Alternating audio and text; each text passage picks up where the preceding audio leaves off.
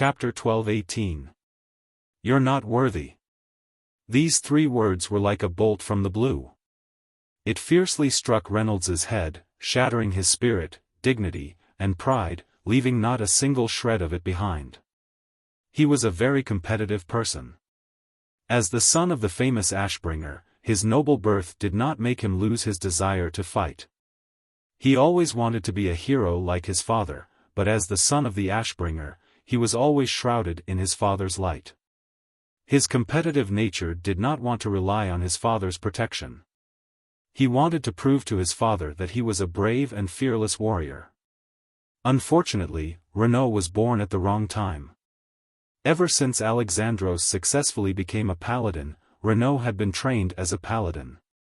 In fact, his talent was not too bad. It would not be a problem for him to become a third-rate paladin. However, because the alliance had Duque, the strongest group of paladins was basically preserved. The top paladins were the 4 Silver Saints and Alexandros. Below them were Riadeline, Abendis, Bolvar, and Reginald Windsor. The third-rate paladins Duque did not care about them at all. However, Renaud's own strength was not just one level lower. All right. The alliance did not lack paladins, but they lacked priests. Without a priest, Duque would be in a difficult position. Not only did he have to use Benedettas, who he knew was a scam, Duque did not hesitate to drag Kalia along. In the end, he remembered that Sally did not fall into the Scarlet Crusade in this life. In the end, Duque, who was roping and able-bodied men all over the world, captured Sally as well. As a result, after the Molten Core expedition, Sally Whitemane, who was Renaud's childhood friend, suddenly became the new heroine of the Alliance. The entire Holy Church was singing Sally's name. What new generation saintess, what hope of the Holy Light, it was as mushy could be. Without comparison, there would be no harm. The adopted daughter that he brought back became a hero, while his own son looked like a mediocre paladin. It would be strange if Alexandros had a good expression. The old man did not approve of Renaud's performance.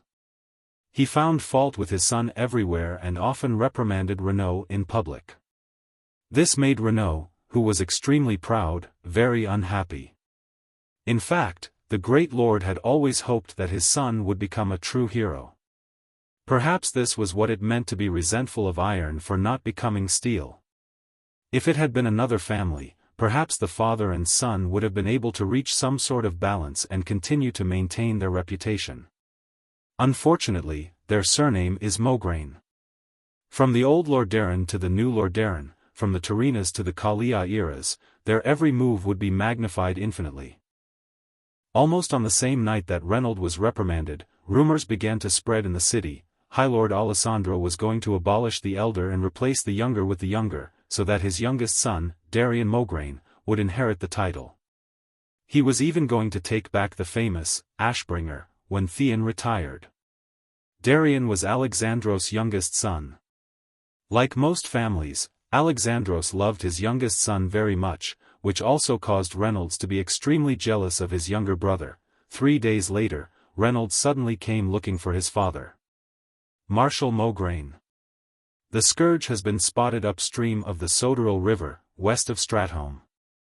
In the military camp in the city, Reynolds rushed back with a scout who was half covered in blood and had been hit by a dark magic spell. Alessandro immediately stood up and clapped his hands, using exorcism, to expel the dark power from the scout's body. What? How many soldiers are there? About 3,000 normal bones, 500 ghouls, more than 20 low-level death knights, and a possibly mid-level lich, the scout replied weakly. Alessandro handed the scout over to the army's priest and took out an epic weapon from his dimensional bag, the Hammer of Fate, that looked like 2 large bones attached to a stick. This crimson weapon was not just a little bit inferior to the Ashbringer he used before, but it was still an item of Mount Hygel level, so it was passable. Gather the mobile troops on duty. Move out immediately. After giving the order, Alessandro turned to look at Abendis. Alfred, I'll leave Stratholme to you. Don't worry. They were old partners, so they could understand each other's thoughts with just a look. While the floating fortress Naxxramas was running around the world, the two of them were basically guarding the Stratholme area. Abendis, who was better at defense, was in charge of guarding the city, while old Mograine, who was stronger in attack, was in charge of cleaning up the remnants of the scourge. Under old Mograine's leadership, a team of 50 professionals, mainly paladins, accompanied by 300 knights and 2,000 rapid response infantry, set off from Stratholme. The so-called rapid response infantry was, to put it bluntly, infantry who could barely ride horses. Their skills were not enough for them to fight on warhorses, so they purely used horses as a means of rapid movement. When they got close to the battlefield, they would dismount and fight in traditional infantry phalanxes. Originally, when Duque set up this unit, he wanted to call it the Dragon Cavalry according to the customs on Earth. However, he was strongly criticized by a certain queen from the Sleeping Dragon Temple. How dare they call themselves Dragon Cavalry without riding dragons? In the end, they changed it to the Rapid Response Infantry. In flat areas, the Alliance had basically deployed tanks, but in areas with complex terrain, where gnome helicopters had not yet been popularized, the traditional Griffin Knights and cavalry were still the most useful. The scourge was the most troublesome thing. Once it appeared, it would spread like the plague if it was not put out immediately. If they did not leave it alone for 3 days, the scourge could turn all living people within a radius of hundreds of kilometers into zombies. Ordinary local armies had no way of dealing with the remnants of the scourge. The only thing they could do now was to improve the warning system as much as possible, and then use the elites to wipe them out. Under the reconnaissance and guidance of the Griffin Knights, old Mograine and his team quickly arrived at the scene. What made them angry was that the scourge was planning to pour pots of unknown green substances into the river. Needless to say, it was most likely a deadly poison. This made old Mograine furious. The Sodera River was not only the dividing line between the East and West Plague Lands, but also a very important lifeline for the entire Lordaeron kingdom. The water that flowed from its source ran from north to south across the entire Lordaeron kingdom, and its tributaries watered 70% of the kingdom's farmland. Not only that, but in the middle of the river was a very important inland freshwater lake, Lake Daramir. Not long ago, Duque had reached an agreement with the Hydrothean water elemental. The water elemental had sent experts to purify Lake Daramir and turn it into Lordaeron's most important freshwater fish farm.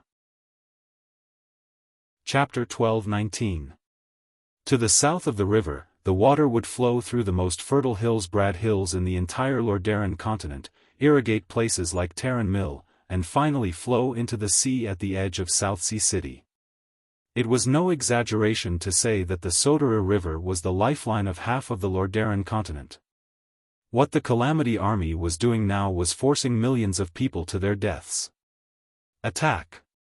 Raising the Hammer of Fate high up, the entire rapid response force looked down from the sky and turned into a huge arrow that charged toward the Calamity Army by the river. The charge of thousands of warhorses created the momentum of an army of thousands. The earth was shaking, and the sky was shaking. Kill these bones. The soldiers' blood was boiling. Following the famous hero, Ashbringer Mograine, to charge was the battle they pursued. Even if they were led by the nose by the Calamity Army, they still chased after each battle without hesitation. Because every battle against the undead was given honor. This was a battle of honor to protect their families and the beautiful creatures of this world. Due to the limitations of their talents, they would never have the chance to step into the realm of heroes and participate in the epic battles that were praised by bards for thousands of years. They were only mortals. However, even if they bled to the last drop of their blood, they would never regret it. This was because the great commander of the Alliance, Duke Marcus, once said, "Those who use their lives and souls to protect their beliefs and hopes are already heroes. Your heroic deeds will always be worthy of respect." This sentence inspired them every day, every moment, every minute, and every second. Mortals could also use their powers to protect this world. Charge!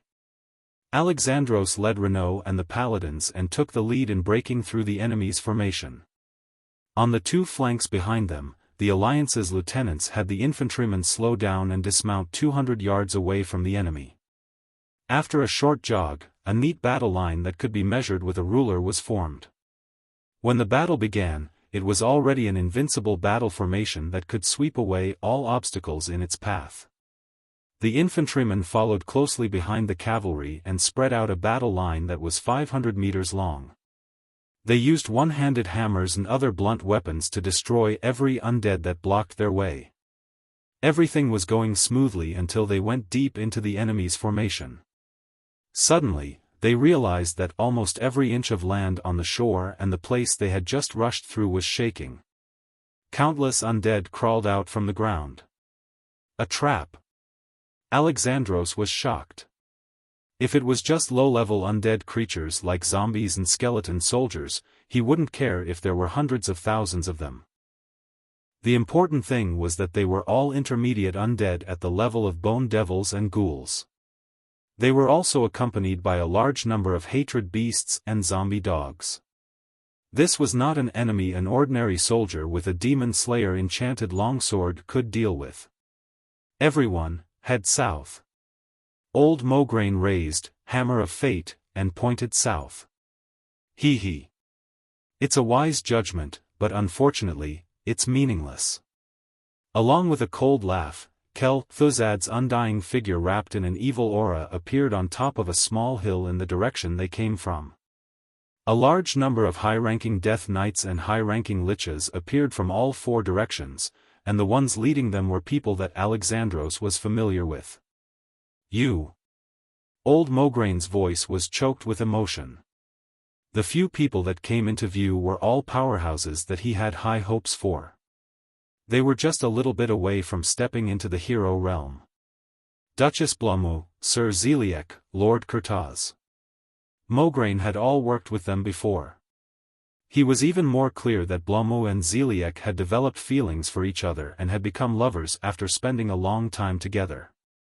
He had wanted to attend their wedding after the Cataclysm attack, but who would have thought, now they had undoubtedly stepped into the hero realm, but unfortunately, they were Death Knights.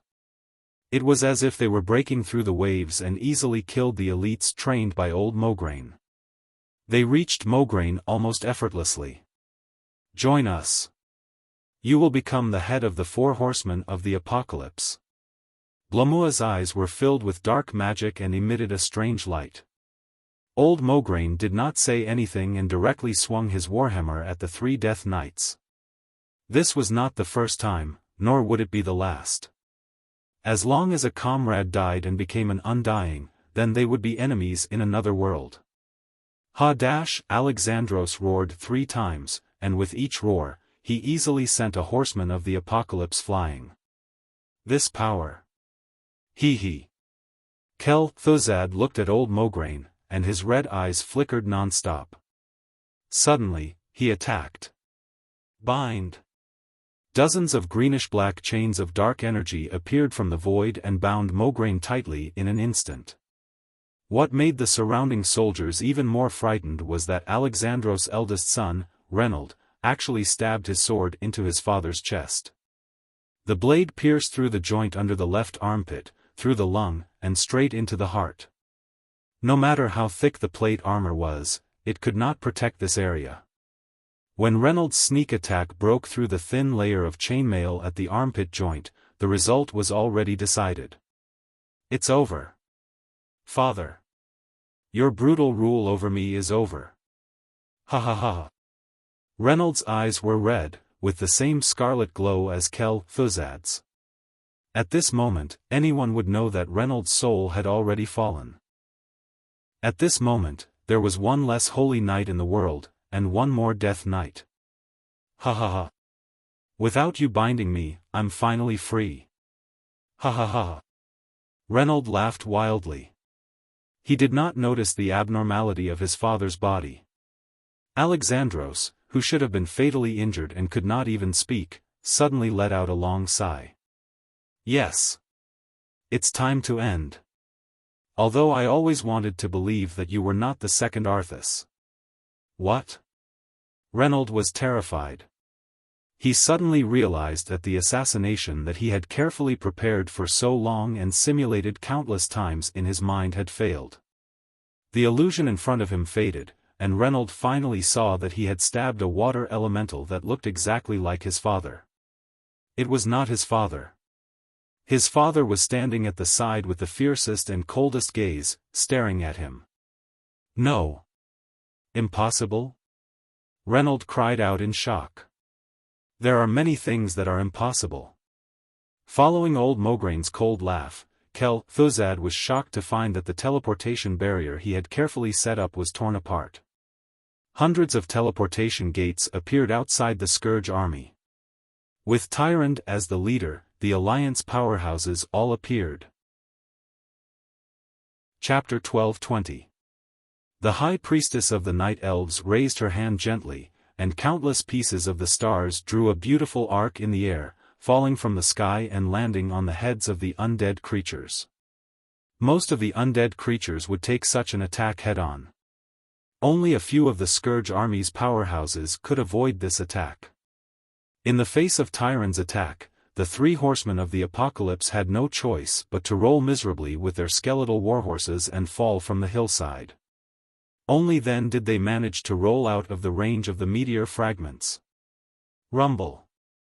There were loud noises as the meteors exploded where the undead creatures were gathered. The scorching air current swept across the battlefield. After a large number of bones were smashed into pieces, even the dregs were sent flying more than 10 meters away by the successive shockwaves. The remaining Rotterdam warriors exclaimed and gasped in surprise as they found that most of the undead creatures had been wiped out. Turalian, Sidan Dathrahan, and Abendis, the three paladin warriors, arrived at the same time.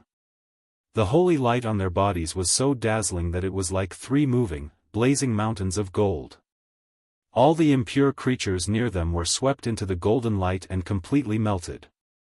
For the Lich.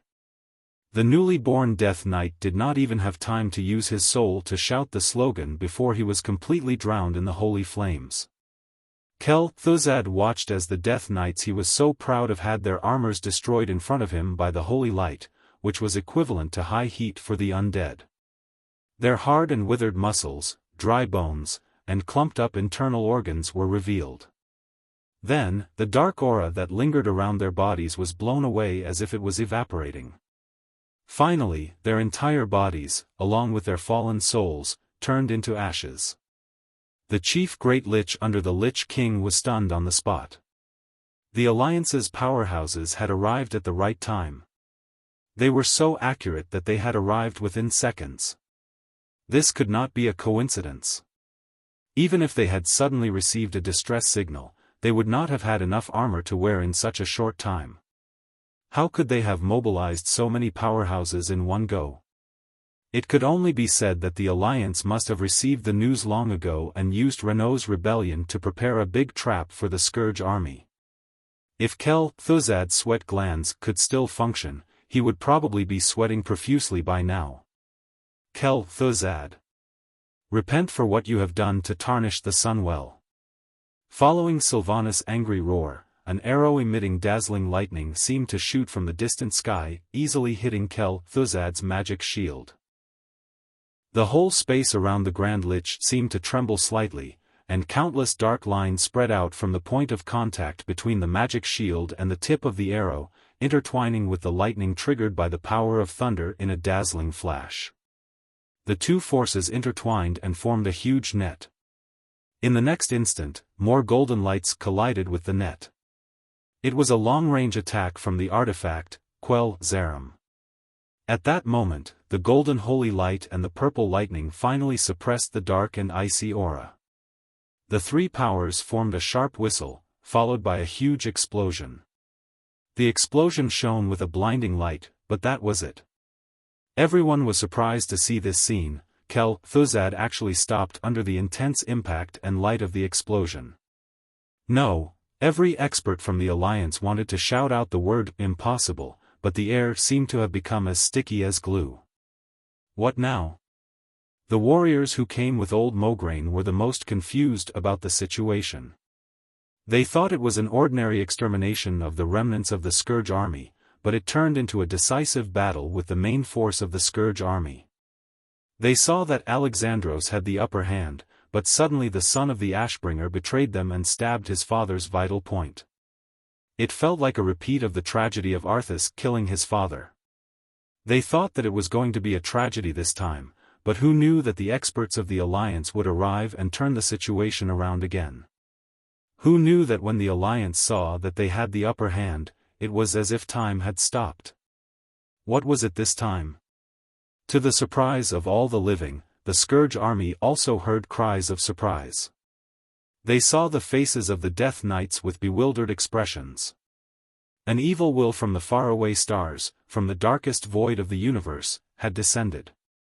When the projection of the huge will descended on this battlefield, the space shook. The length and width of the battlefield were at least 3,000 meters, and it could collapse at any time because it could not withstand the huge pressure. In their field of vision, the entire shoreline of the wide and turbulent Soteril River was twisted like a fried dough twist. The sand and stones on the ground floated into the air as if they were defying gravity. The wide battlefield had become the most incredible and strange space. The rapid river slammed against the riverbank, and there should have been a loud sound like a huge wave hitting a reef, but no one could hear any sound. The only sound that everyone heard was a strange sound. If one had to describe what this sound sounded like, it could only be said that it sounded like a monster with a big mouth chewing a large amount of glass shards in its mouth. The will that stood at the pinnacle of evil had an extremely strong pressure that spread in all directions. It made the low-level undead creatures fall to the ground and tremble, not daring to move an inch. The middle and high-level undead creatures lowered their heads and did not dare to look directly at the projection. The faces of the mortal soldiers were all pale, and their foreheads were dripping with cold sweat. Their eyes had turned dark because of extreme fear, and they could not see anything. Their hearts were like a lonely boat drawn into a terrifying whirlpool that could capsize at any time and drown in the endless tide of death. The one that appeared was one of the 3 heads of the Burning Legion, Kill Jaden. The huge red demon leader laughed sinisterly, "Yo. The ants that dare to defy the will of the Legion, and the despicable traitors that dare to betray me, it's time to settle accounts." Ha ha ha. Accompanied by the demon's wanton laughter, everyone on the battlefield was horrified to find that the space was distorting further. Kill Jaden seemed to want to tear the entire battlefield into pieces, or throw it out of the world of Azeroth. "Get closer to me," Ronan shouted. Spatial magic was not Ronan's specialty. As a genius in the arcane system, Ronan also had good attainments in spatial magic. Especially under Duque's guidance, Ronan was instilled with a large amount of ordinary astronomical knowledge that he thought was common knowledge. To a native of the world of Azeroth, this was undoubtedly a great awakening. Ronan's spatial magic improved by leaps and bounds because of this. It was obviously unrealistic to protect everyone from the demon leader's shocking conspiracy. The only people Ronan could protect are the strongest people around him. Chapter 12:21. Quite a few powerhouses closed in on Ronan, but 2 of them were too far away to bother. This was because Sylvanas and Tyrande were already in front of Kel Thuzad. For Kuel Salas. Sylvanas angrily attacked Kel Thuzad.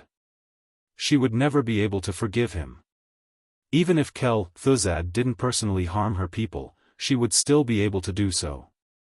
However, it was to resurrect this bastard that Arthas slaughtered a city, burned Eversong Forest, destroyed Silverymoon City, and destroyed the Sunwell. Fool! Even in this state, he still wanted to destroy his enemy first. Kel Thuzad's skeletal eyes flashed with red light. Even though the surrounding space was almost stagnant, and he was in the center of the time stop, the frost-like white spell runes still flashed above Kel Thuzad's white finger bones one after another. He stretched out his hand and pointed at the void, instantly freeing himself. Kill Jaden. If you were in Azeroth right now, you might really succeed. The Lich grinned, his white lower jaw seeming to make a mocking expression. The Great Lich's huge finger bones pointed, and the white runes burned like flames.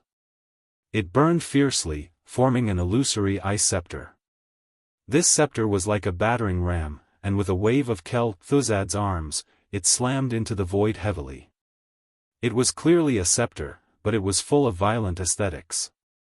The impact it produced was so strong that the void in front of everyone slightly paused. Void Recall. This evil spell could instantly destroy the spatial shackles of the same level or even higher than the caster, teleporting the caster to a previously designated location. However, like all other emergency escape spells, the backlash was equally shocking. Even with Kel Thuzad's strength as a Breaking Dawn Great Lich, he would inevitably be greatly injured after returning. On the other side, Tyrant glanced at Ronan in the distance, who had already used a purple arcane shield to cover several people. She knew that there was no time to lose. Suddenly, she was wrapped in a milky white light, and her whole body shot out like an arrow. She grabbed Sylvanas and slammed into the light produced by Kel Thuzad's teleportation. You. Kel Thuzad suddenly felt a strong sense of fear towards these two mortals. He didn't know if his magic was enough to take the three of them out of Kill Jaden's wide space trap. But in the next moment, he immediately discovered that Tyrant was only using the power of the moon goddess to bind him. She did not interfere with his magic. Ha ha ha. You will regret this. Kel Thuzad's laughter echoed in the void. At the last moment, Sylvanas spat out a mouthful of blood and fainted. Returning to the present. After listening to Balver's report, Duque's face turned green, and his hands trembled as he held the report. Something terrible had happened. Ronan, Turalian, Alfred Abendis, and Saidan Dathrahan have disappeared during the teleportation. Their whereabouts are unknown. Tyrant Whisperwind and Sylvanas Windrunner have been captured by Kel Thuzad for some reason. Now, Her Majesty the Moon Goddess Elun has sent a request to the Alliance for help. She is doing her best to protect the two of them from being killed, but time is limited. Alexandros Mograine is seriously injured and is currently recuperating in Lordaeron. It wasn't an exaggeration to say that this counterattack, which had gathered a large number of Alliance powerhouses, could be said to be a complete failure. Just this report alone made the joy of killing Nefarian disappear into the abyss. Duque was speechless for a long time. Beside him, the weak Kalia was already bawling loudly. Elusia hugged her tightly, not knowing how to comfort her. Sasha was frozen on the spot, not knowing what to do. Every hero that returned from Blackwing's nest had ashen faces. Kill Jaden's desire to destroy Azeroth had never died. Duque had always known this. But he didn't expect Sir Swindler to be so ruthless this time. He actually took both sides. Should he say that it was no wonder he was called the Swindler? The information must have been leaked somewhere. Duque already knew that Reynold was a troublemaker. Since there was the tragedy of Arthas killing his father in this life, Duque didn't dare to pretend to be a saint. He was sure that Reynold would be good. So he reminded Alexandros and secretly told Abendis. He even arranged for a possible counterattack in advance. But he didn't expect it to be used, and it almost hit Kel Thuzad in the face. The only thing he didn't expect was that the mantis stalks the cicada, unaware of the oriole behind. As expected, neither the cunning Kill Jaden nor the sinister ancient god were easy to deal with. Magni came up and patted Duque's shoulder. Duque. I don't dare to say that I can understand how you feel when your lover is snatched away, but I have to remind you that you are now the commander of the Alliance. You have to make a decision as soon as possible. Tell every warrior in the Alliance what to do. Varian and the others are being held back by the hacker greenskins. If we still have to go on an expedition, we can only rely on the few of us. Duque looked around. Although every hero's eyes were still full of spirit, Duque knew that their mental and physical strength had reached their limits. Magni, Grom and Kane were all injured. Kill, Jaden's trap had caused the Alliance to temporarily lose 7 of their main heroes. Aurelia, Varian and the others were being held back by the trolls. In addition to the Silithus's Zerg riot, they couldn't count on the Horde either. Whether it was the Alliance or the Horde, they couldn't hope to form a decent hero group in a short period of time. However, without a hero group, entering Naxxramas or on Kiraj would be suicide. Everyone stared at him, hoping that he would come up with a solution. They also didn't want to give Duque too much pressure. They didn't have a choice. This was because, under the trickster Kill, Jaden's plot, the evil forces hidden around the world had already begun their attack. If they didn't do anything, Azeroth would be destroyed before the Burning Legion's main force arrived. At this moment, Duque finally felt the weight on his shoulders. He took a deep breath and exhaled the turbid air from his lungs. Duque raised his head slightly. His clear voice echoed in the entire Stormwind Council Hall. I have to admit that our enemies are very strong. They are strong, terrifying, sinister, far-sighted and numerous. However, this isn't a reason for us to give in and retreat. Since Kill, Jaden has the ability to gather so many evil forces together, shouldn't we eliminate them all at once? At once? Eliminate them all?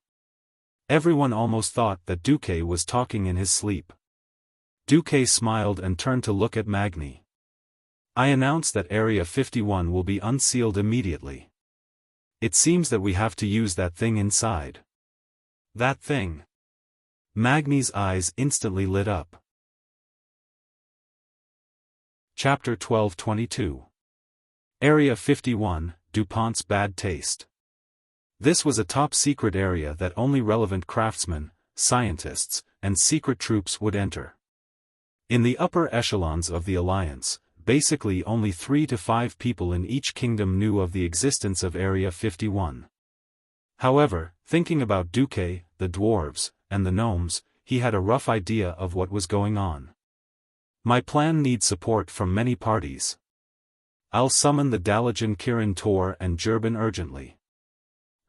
Before that, I'll go look for Elun. Duque ran to the Church of Elun in Stormwind City as if his butt was on fire. As a liaison and part of the strengthening of the Alliance, Stormwind allowed Elun to preach in the kingdom. Thus, a small temple of the Moon Lady was built in a corner of the church district. Under the guidance of the priestess, Duque came all the way to the roofless main hall. Even during the day, Duque could easily sense the will of the goddess. Duke Marcus, you're here. No matter how many times the goddess' gaze always gave Duque a sense of peace. Yes, goddess. I'm eager to know about my lover. They're both fine. My power is still protecting them for now. But you, who experienced the ancient war, know that my protection is never perfect. Duque was a little silent. Yes. He still remembered that in the ancient war, the Eridar Gemini had only forcefully dragged Tyron back to the twisting nether. This had cut off Tyron's connection with Elun, and then easily destroyed Tyron's mental defenses. If not for Duque playing infernal affairs in the Burning Legion and becoming a Void Lord, there might have been a fallen demoness called Tyrant Whisperwind in this life. Duque sighed. Kel, Thuzad and Arthes wouldn't dare to go to the twisting nether even if they had 10,000 guts. Elun's illusory figure also sighed. I hope you know that Sylvanas Windrunner is not my priestess. My protection is not perfect for her. I'll do it as soon as possible. Duque gritted his teeth. You have a month. Elun nodded. Duque did not even dare to imagine how much divine power it would take to protect the High Priest in the enemy's formation, but he also had to bring along a burden. In any case, Elun couldn't be more kind. Duque knew that this was all because he had once saved Azeroth.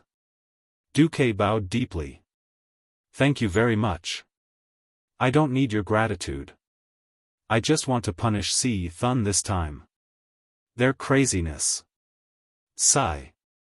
Although Alun and Xiaofan and the other ancient gods were known as gods, they were completely different.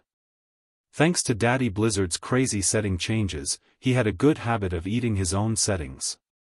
Duque, who had arrived a few years earlier, didn't know whether Alun was an ancient deity, an Azeroth astral soul, or a titan. In any case, they were the best allies on the side of justice. At this moment, in Naxxramas, if Kel-Thuzad still had balls, he'd be in a lot of pain. In the core area of Naxxramas, there was now a terrifying specially made prison. 8 liches stared at the pair of beauties cuddling together in the middle of the prison day and night. Of course, for a group of liches who no longer had a penis, no matter how beautiful a mortal woman was, it had nothing to do with them. I advise you to give up quickly and join the Great Lich King. You won't last long. I will make one of you a Dark Ranger General, and the other my right-hand man. Kel-Thuzad persuaded them to surrender. In the center of the Lich's vision, 2 beautiful women were hugging together, their red lips almost touching. If one didn't pay attention, they would really think that the two had been dead for a long time. In the eyes of the Undying, it was another scene. The two's heartbeats were very slow, but their vitality was still strong. Their small noses gently touched each other, and after about a minute, a long and small breath came from one of their nostrils. It was purified by the power of the moon goddess on the surface of their bodies, and then inhaled into the other's nostrils. This was a state of suspended animation, similar to hibernation. Kel-Thuzad gritted his teeth in hatred. It was bad enough that he was tricked by Jaden, but he actually let 2 living people hitch a ride and escape. If he could kill the 2 of them and turn them into Undying, it would undoubtedly be a big success for the Scourge army. After all, they were the leaders of 2 kingdoms. Who knew that Alun would not hesitate to use a huge amount of divine power to forcibly transmit her power to protect the 2 of them? Kel-Thuzad was mad. He used abominations to cut them, and a large number of liches to grind them. He tried almost everything, but he couldn't hurt the 2 women in the slightest. Originally, he wanted to starve them to death, but who knew that they actually had a way to enter a state of suspended animation, successfully stalling for time. Obviously, with his Breaking Dawn strength, he couldn't shake the protection of the moon goddess. Bastard! When the Great Lord wakes up, it will be the day of your fall. Kel-Thuzad could only hope that Arthas, who had fused with the Lich King Zul, would wake up. Unfortunately, that seemed to be something that would happen in the indefinite future. After Arthas put on the Lich King's helmet, her entire body and soul were sealed on the frozen throne, and there was no more sound. The fusion of souls was very complicated, and no one could tell how long it would take. Kel-Thuzad could only wait. On the other side, after Duque bid farewell to Alan, he waited for the Dalajan Kirin Tor senators. Duque first bowed to the Kirin Tor senators, then went straight to the point. As everyone knows, Chairman Ronan is temporarily missing. According to the previous agreement, I will exercise my authority as the Kirin Tor Senate substitute chairman, and temporarily take over the leadership of the Kirin Tor Senate. Of course. A few of the senators returned the bow. After the Dalajan kingdom was destroyed by the Scourge army, the neutrality of the Kirin Tor Senate had actually disappeared. This was because, including the new Dalajan city, almost the entire kingdom was rebuilt within the framework of the alliance. If in the past, the countries at most used the method of adding water to milk, now it was simply adding milk to water. In particular, a few of the senators had basically been forcefully pulled to the Radiant Moon level by Duque, so the Kirin Tor Senate had a new law that stated that any Breaking Dawn level mages in the alliance would be automatically regarded as the substitute chairman of the Kirin Tor Senate, regardless of their nationality. When the Dalajan Reagan and Miaohong's elected chairman was absent, or was unable to perform the duties of a chairman, with the agreement of more than 3 senators, the substitute chairman would be able to take the position. Right now, Duque was just going through the motions.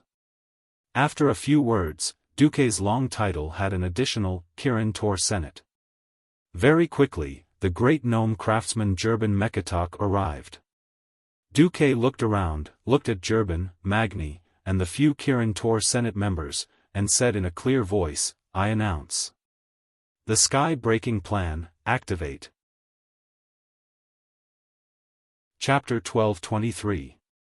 Leonard was a low-grade lich. Since he was a human sky wizard when he was alive, his soul was captured by the Lich King after he died, and he naturally became a lich. In the barren lands, his undead soldiers were gathering the corpses of a village that had been slaughtered. The quality of orc skeletons and zombies is indeed better than that of humans. It's a pity that orcs don't have the chance to give birth to lich. It was a very ordinary sentence to himself, but in the end, he was shocked to find that it took dozens of times longer for his thoughts to be conveyed. Speed, reduction. He realized something, but he was powerless to change the situation. He wanted to call for help, but none of the skeletons around him could sense his mental commands. In the next moment, his consciousness completely dissipated. He did not even know that a young wizard in a blue and white robe was standing behind him. Interesting. Very interesting. Duque touched Leonard's skull. The soul ability he learned from the Burning Legion came in handy. When Leonard's memories, as well as the spiritual communication channel and the Lich King's magic imprint, were all transferred to the system elf for categorization, Duque touched his chin. The so-called soul-searching spell is nothing more than this, right?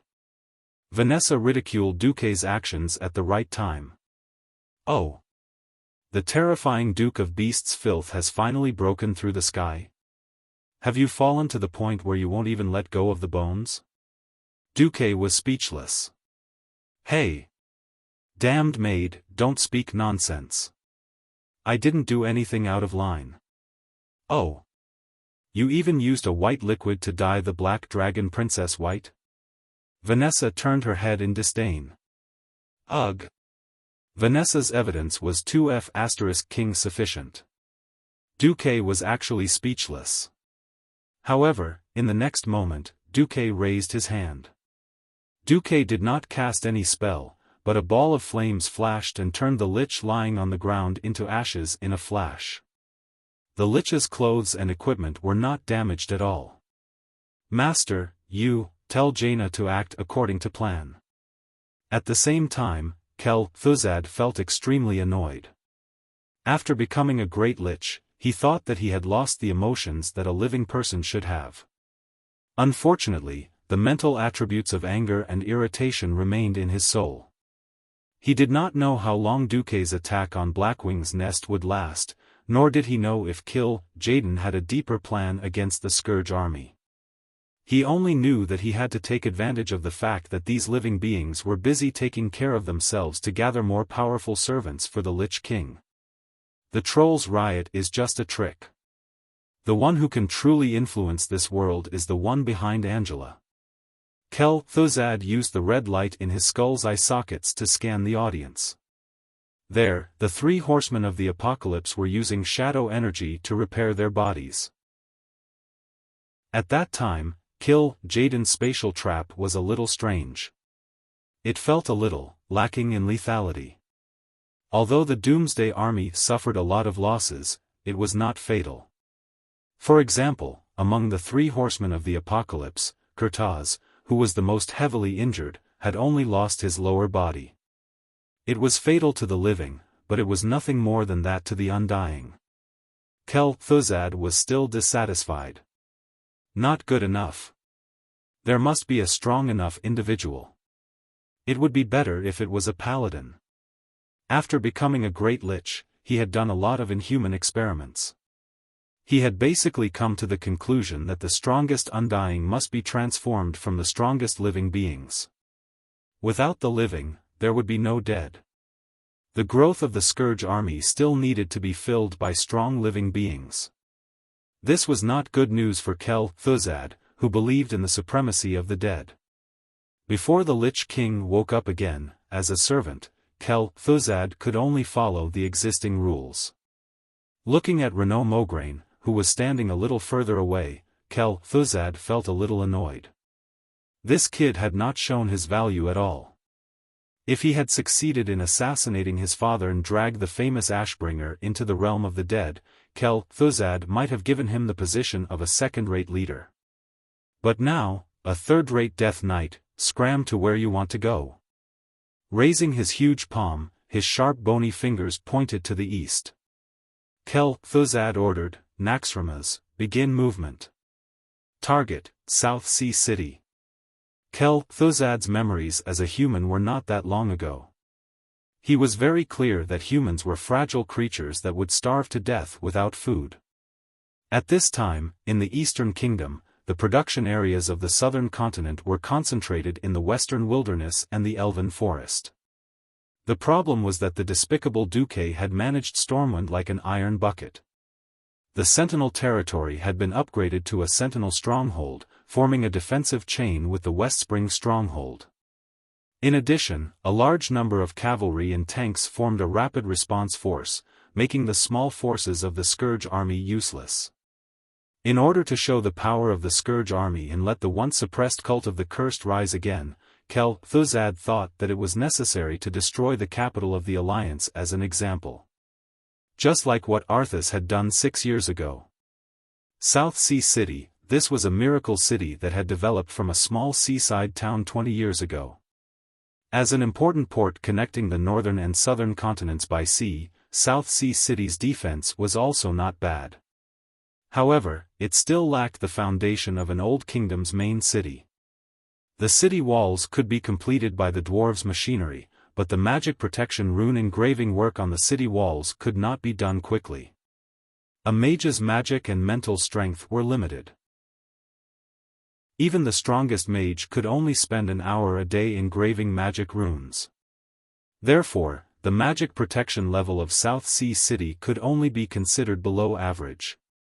In fact, the same situation was happening in New Lordaeron City, but Kel-Thuzad thought that His Majesty the Lich King would be more interested in attacking Lordaeron City himself. The time he chose was very sneaky, letting Naxxramas approach in the air just after nightfall. If everything went well, Naxxramas could raid South Sea City at around 12 o'clock in the middle of the night. For humans, nighttime was a time when their field of vision was greatly reduced, but for the undead who could only perceive the outside world with their souls, this was the golden time of the undead. Everything seemed to be going well, until Kel-Thuzad was shocked to see a huge floating island no smaller than Naxxramas in the sky above South Sea City. That is, Kel-Thuzad would never forget the domed purple mage towers that stood on the island. That was the crystallization of magic wisdom that had been settled for 2,800 years. It was also a testament to human magic civilization. Although it had been destroyed by the Scourge army once, it was obvious that it had been rebuilt. And it appeared in a new form in front of the Scourge army. Kel-Thuzad's voice was almost whispering, Dalajan. Chapter 1224. Mortals couldn't imagine how a city weighing millions of tons could be lifted into the sky. This wasn't scientific at all. Fine. Discussing science in a magical world was often nonsense. In fact, after Duque accepted Ronan as his disciple, he had discussed with Ronan whether they should find a chance to rebuild the Dalajan and lift the Dalajan into the sky. Who knew that Ronan's reaction would be dumbfounded? Into the sky? How is that possible? We mages can't even fly ourselves, how can we make a city fly into the sky? At that moment, Duque was also dumbfounded. This couldn't be blamed on Duque, because before he traveled to this world, there had never been any official explanation as to what principles were used to make the Dalajan and Naxxramas rise into the sky. Once, Duque had searched for it on Baidu out of frustration. It turned out that Daddy Blizzard was very unreliable and didn't explain anything. Instead, he found similar information in the Dungeons & Dragons setting book, which was the foundation of the World of Warcraft game. In the ancient Nesser Empire, there was a genius mage who developed a magic treasure called the Mice Energy Core. This artificial magic device looked like a crystal ball, but it had a diameter of nearly 50 meters. The sphere emitted a very bright light, as dazzling as looking directly at the sun, and there were some dark shadows moving on its surface. A gorgeous pedestal was fixed to this perfect spherical device. Its function was very simple.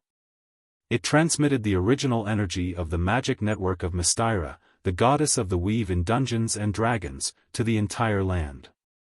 This allowed the Arcanists to create an anti-magnetic field between the entire magic network and the land without the need to cast permanent magic, which allowed the huge mountain to float in the air.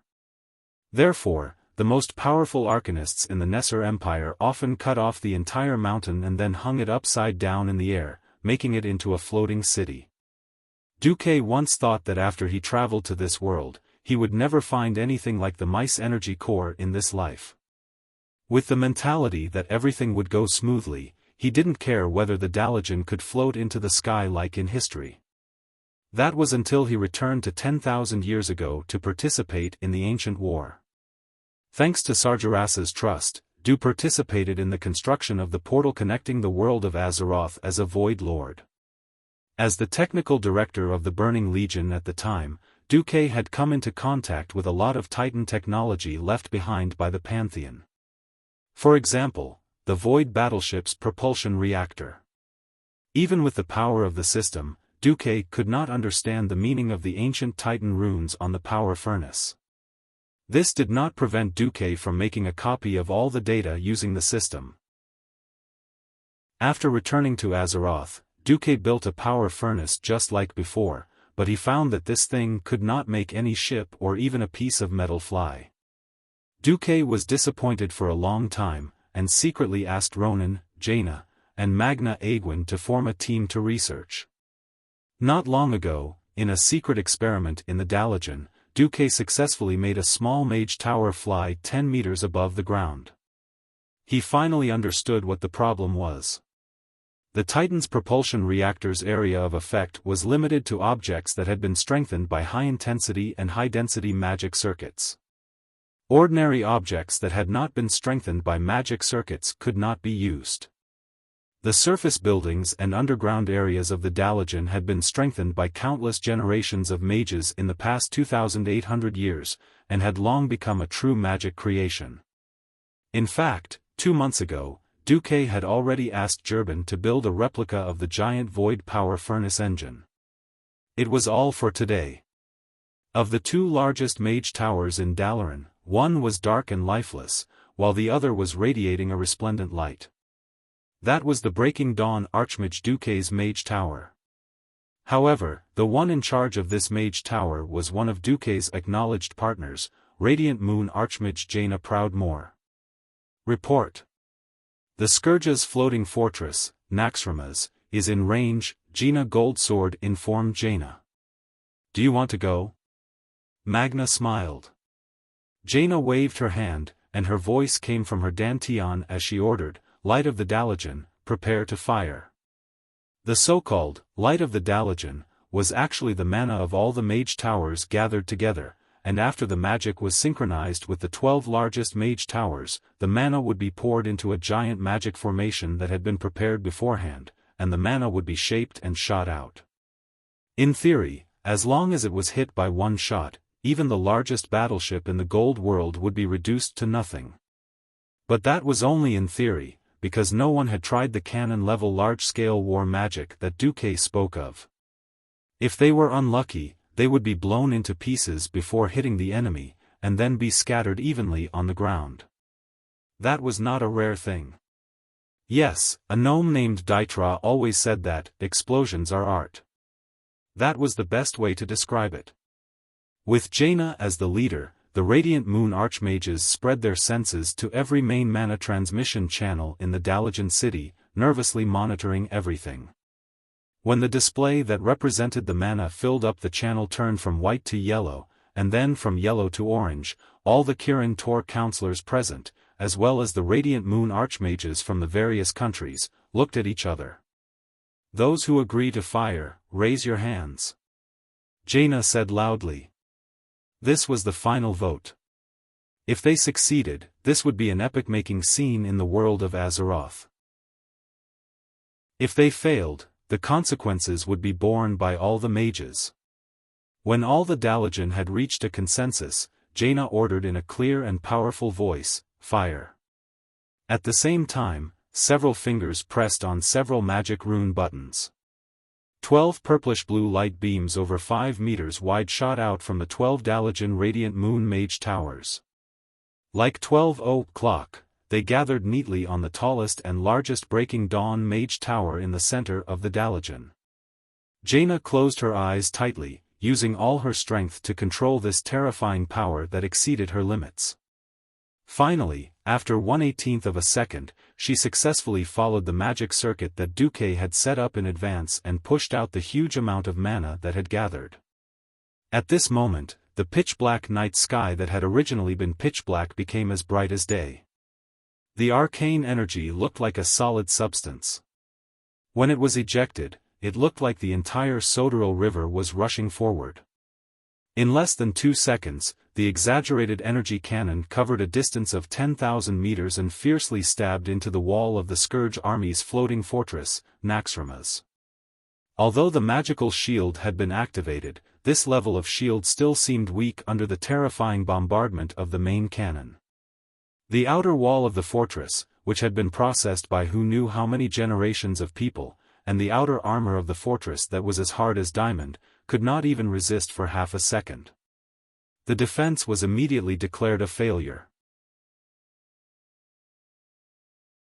Chapter 1225. The third Mage Tower's magic circuit has collapsed due to overload. Number 7-2. We've lost contact with number 11. In Duque's Breaking Dawn Mage Tower, a large number of intermediate mages were in a mess. There were cheers of joy, screams of dutiful commanders, and reports from the indifferent. Jaina frowned a little, because this meant that the quality of the Dalajan Radiant Moon Mage Tower was mixed.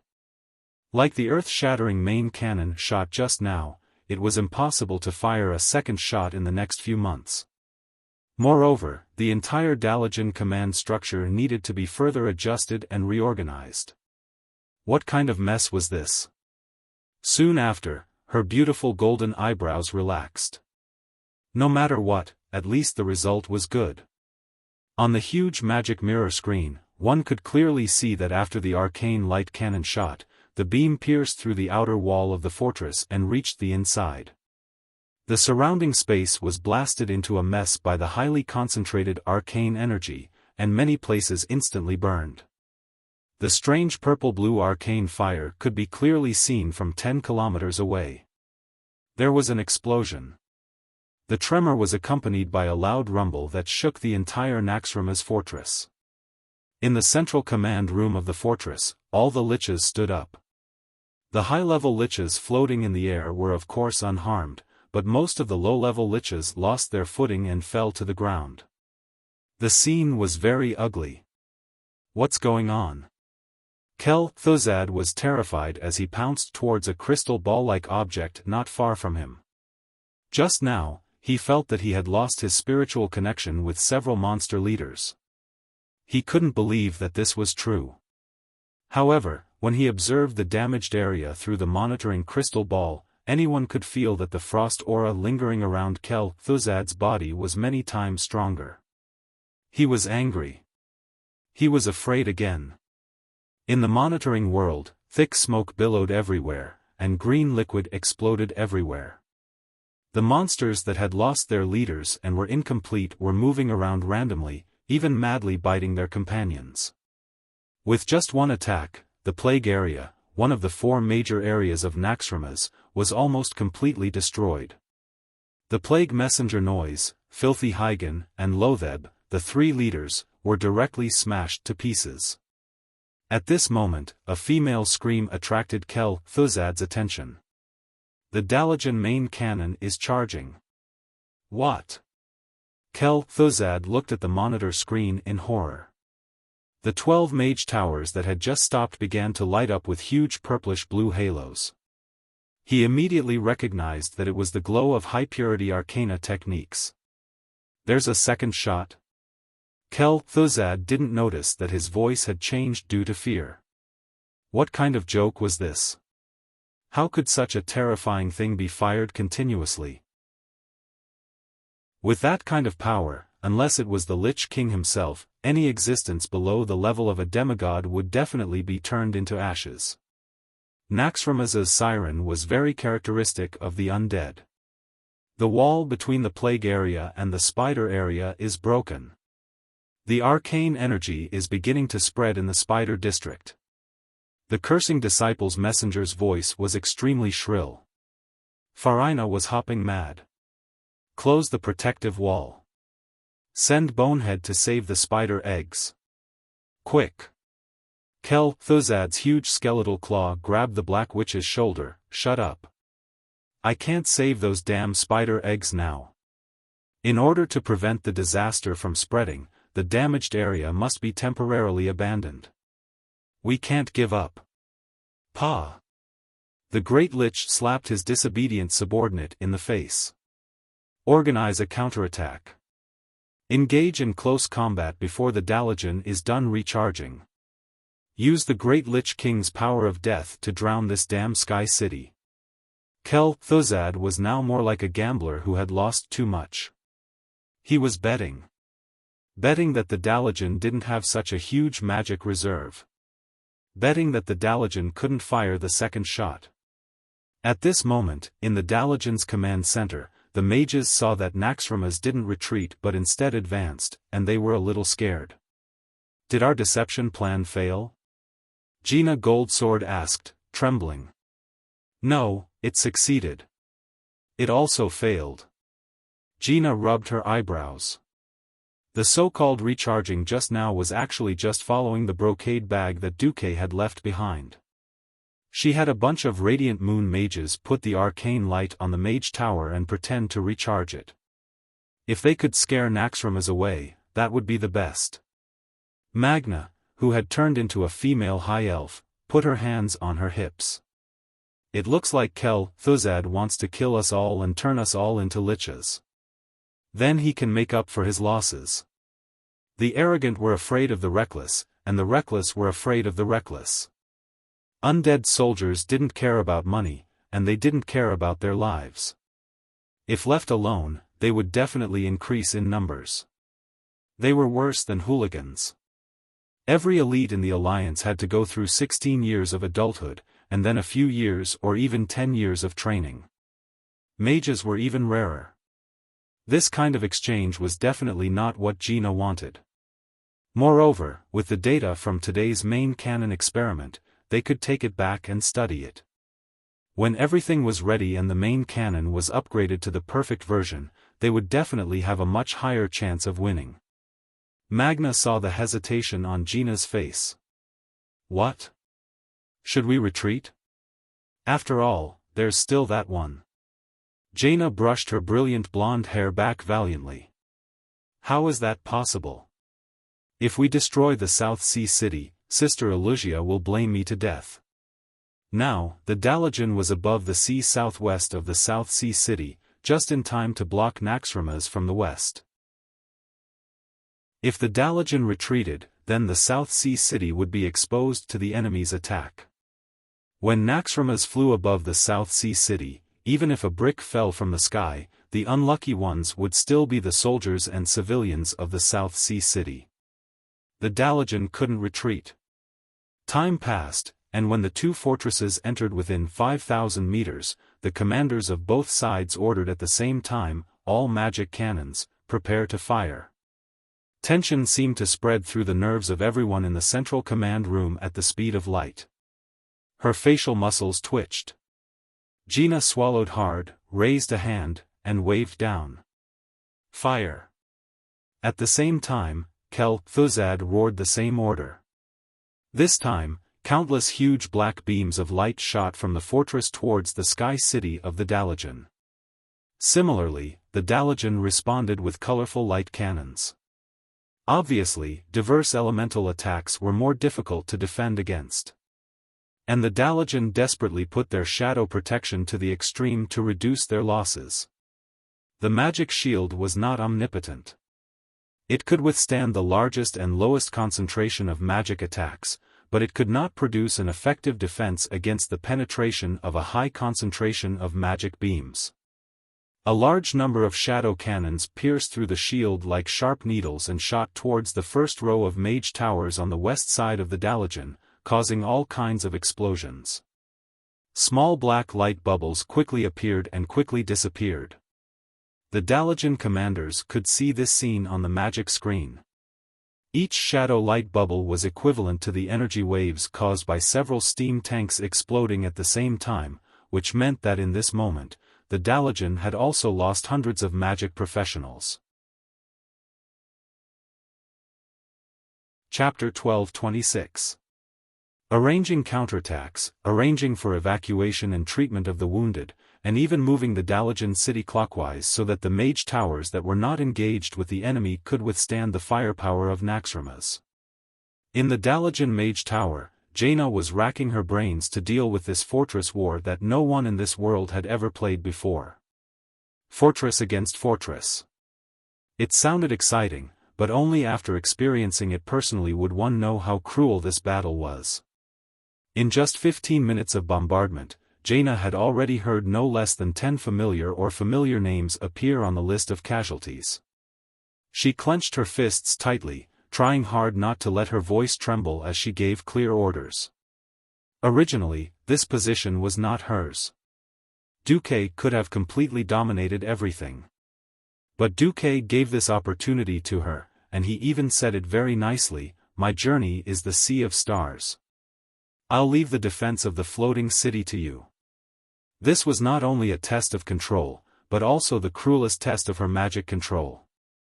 Because many times, when the magic circuit of the Dalajan city was destroyed or blocked, she even had to personally go to the battlefield to solve it.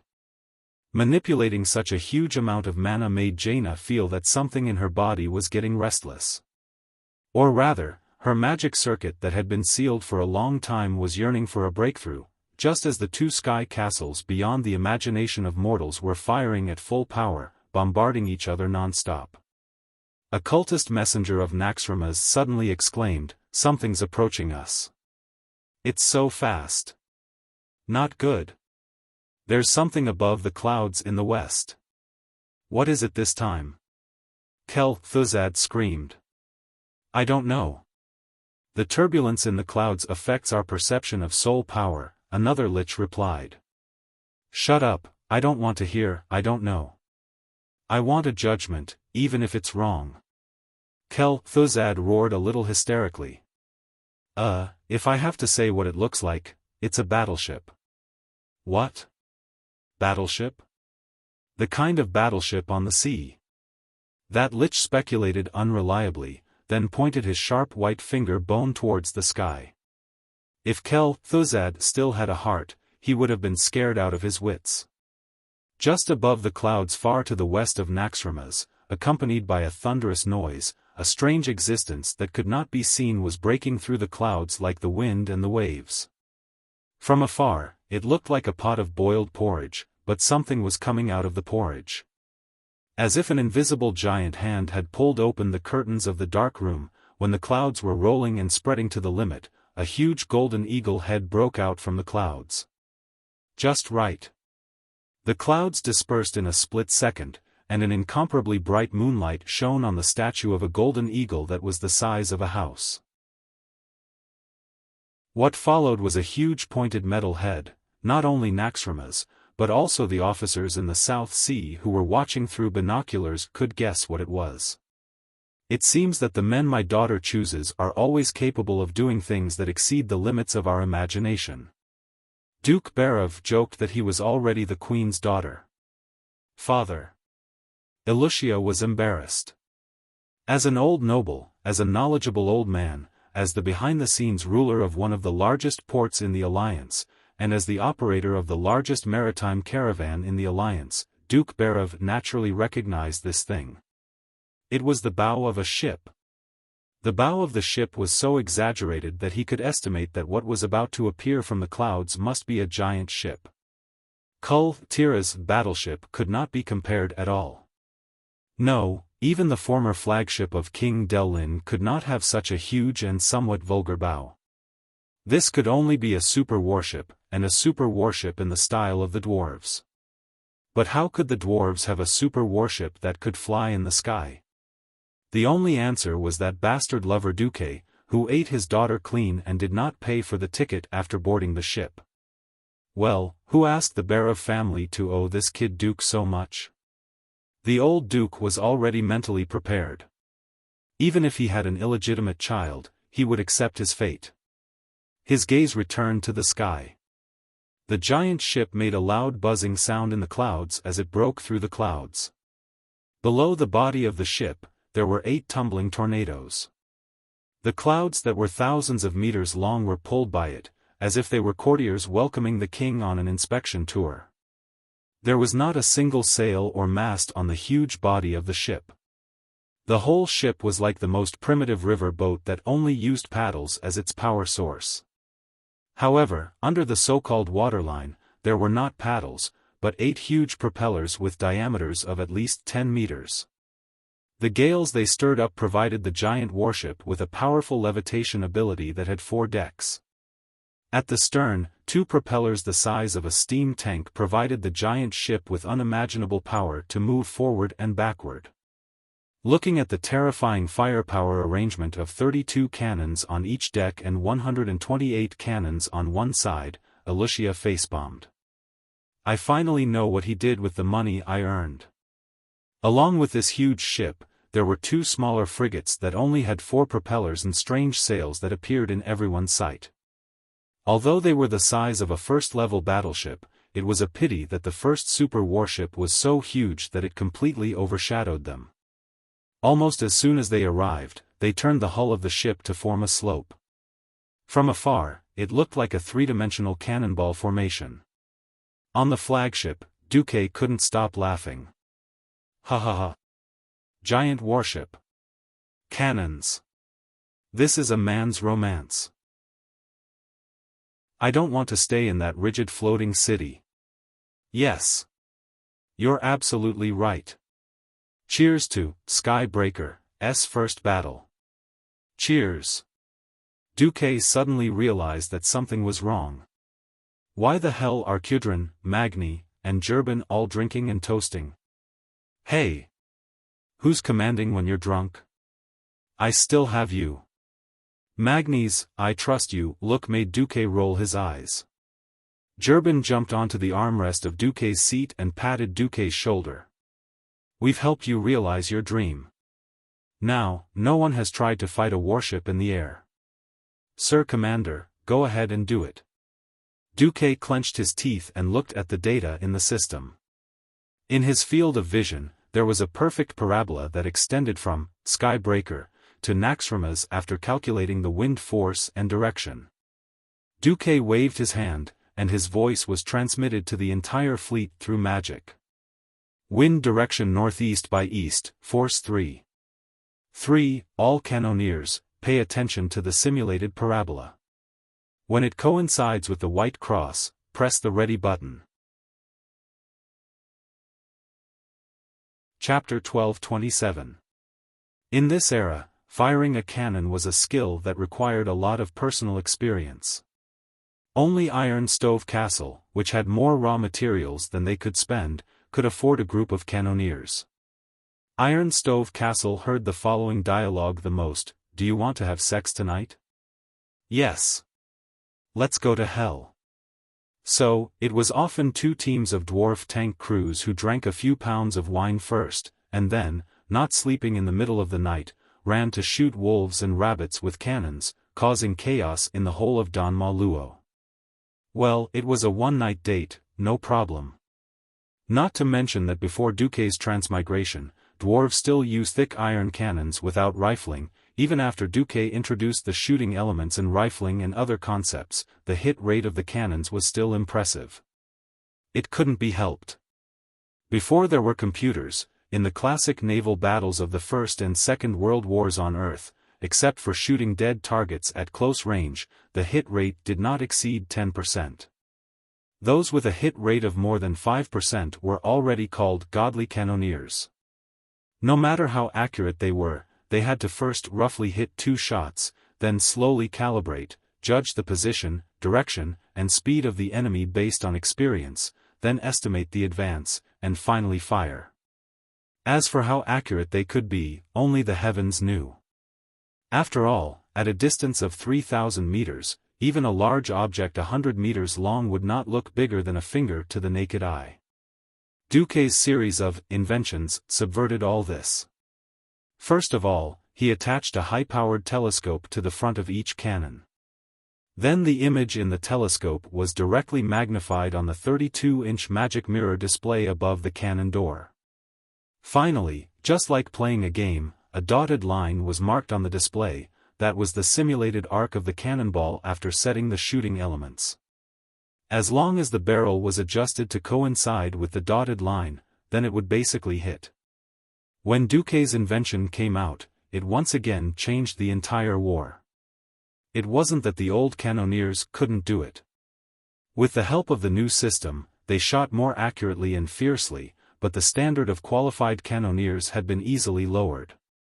New cannoneers only needed to go through 3 months of training to easily hit more than 50% of a fixed target with a diameter of 50 meters at a distance of 2,000 meters. Now, the target was the huge floating fortress Naxxramas, which was measured in units of length and width in units of 1,000 meters. Even from 3,000 meters away, it couldn't be easier. All right. I'll leave the first shot to you. Magni raised his glass high into the air. Duque pursed his lips, but he still raised his hand high. All fleets, listen up. Fire 3 consecutive shots. Afterwards, the Heaven Destroyer will move in a serpentine fashion, the Black Pearl will rudder fully to the left, the Flying Dutchman will rudder fully to the right, pull the formation apart. As Duque's right hand chopped down fiercely, the entire Heavenbreaker began to fire its cannons from the bow. Bang! Bang! Bang! Bang! At first, it sounded like muffled thunder coming from the horizon, but when the sound of the cannons became like firecrackers, from the bow of the ship to the stern of the ship that was 3 stories high, Duque still felt a little unbearable from the violent tremors that came from the hull of the ship even though they had set up a soundproof spell in advance. Ugh! This Super Heavenbreaker was clearly many times more powerful than the original version, and it had the typical bulky dwarven style. Every 155mm cannon had rifling, as well as a hydraulic and pneumatic recoil mechanism that was equivalent to Earth's World War II, to reduce the recoil. However, when the 128 cannons opened fire in succession, the powerful recoil still caused the entire Heavenbreaker to shift at least 50 meters to the left in midair. Including the 2 battleships, the 3 giant ships had a total of more than 200 cannons roaring in unison. It was a spectacular scene. Even if the chief high priest of the goddess of the moon, Tyrant, had personally activated Starfall, it wouldn't have such a scene. From the perspective of the soldiers and civilians below, as soon as the 3 giant ships charged out of the roiling dark clouds, the sides of the ship suddenly flickered with a blinding light, followed by an incomparably frightening death cry that could be heard clearly even from 10,000 meters away. When the cannonballs filled with the will of destruction crossed a distance of 3,000 meters, they ruthlessly smashed into the outer walls of Naxxramas. Explosions and flames immediately appeared continuously on this fortress that was brimming with the aura of sin. The fortress was on fire, but the fire wasn't too big. But flames were definitely not a good thing for this fortress full of undead. Kel Thuzad was so angry on the spot. What's going on? What's going on? Where did the Alliance get a flying control warship? Could it be that Archimond, that trash, died on Mount Hyjal and even lost his void warship? The roar of the Great Lich was destined to be meaningless. Duque, while confirming the results of the battle and the point of impact through his binoculars, seemed to mutter to himself, it seems that Naxxramas really can't stop the cannonballs. As staunch supporters of giant ships and cannons, how could the dwarves' cannons only be 155 mm so weak? Those 155 mm rapid-fire cannons were also used for suppressive fire and anti-aircraft purposes. At the same time, they could also test whether Naxxramas' magic protection system was still effective.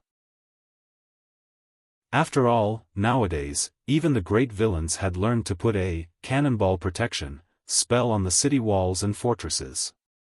The real killer weapon was, of course, the 3 triple turrets that Duque had installed on the ship. The caliber wasn't much, just a mere 460 mm. To the crazy dwarves, they even thought that the caliber was too small. It was just that the craftsmanship wasn't up to standard, and the recoil was too crazy. If they wanted to install it on a flying warship, this was already the limit. It wasn't that they didn't have cannons with a larger caliber, but the problem was that the ship's keel couldn't take it.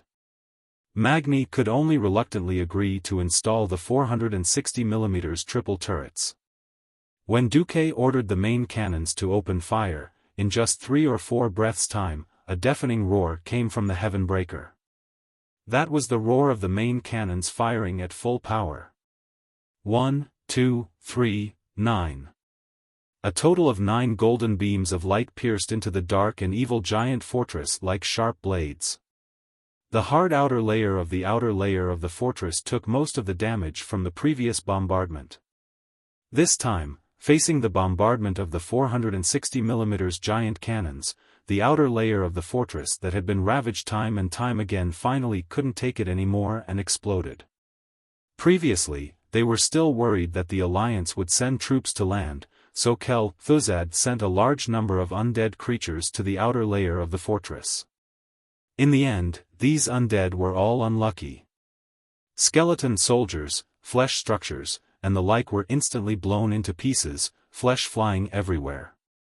The gargoyles that were just about to attack were easily pierced through by the gravel from the explosion or directly through their bodies.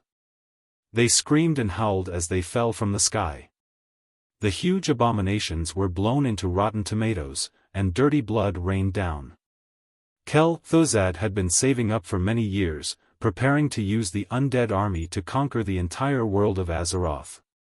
In front of the terrifying cannon fire, they painfully and helplessly walked into the abyss of destruction. Duque couldn't stop laughing. Fire the cannons, fire the cannons, fire the cannons. Fire all the cannons. Blast them. Chapter 1228. The Great Lich King is the sky of this world. He is the land of this world. Everything in this world will eventually return to the embrace of death. Death is your only home. During the time when Naxxramas was wreaking havoc on the land, the power of the cult of the damned once again rose, seducing many people with weak wills into the cult. Seeing the terrifying fortress in the sky that no one could keep in check, many people were in despair. They joined the cult of the damned as lowly people and became the slaves of the Lich King as living people. However, would they regret what they saw today? At this moment, the Dalajan city had already turned almost half a circle clockwise. After removing the illusion in front of him, Kel Thuzad was about to go crazy.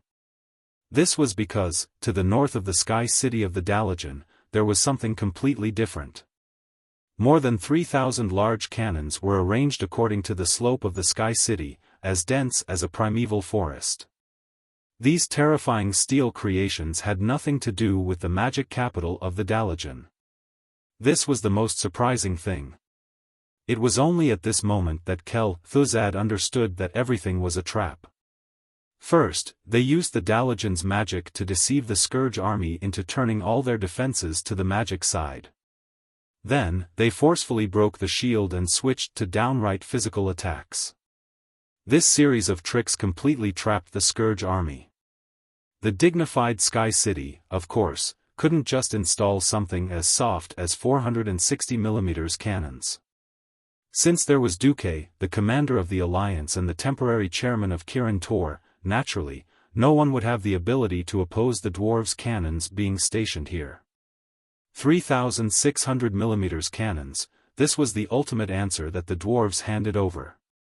This was an upgraded version 7.0 based on the small steel cannon from the second final battle at the Dark Portal. It could be said to have no limits, and the thickness of the barrel alone was more than 1 meter. The entire barrel was 25 meters long, and the total combat weight of the cannon exceeded 100 tons.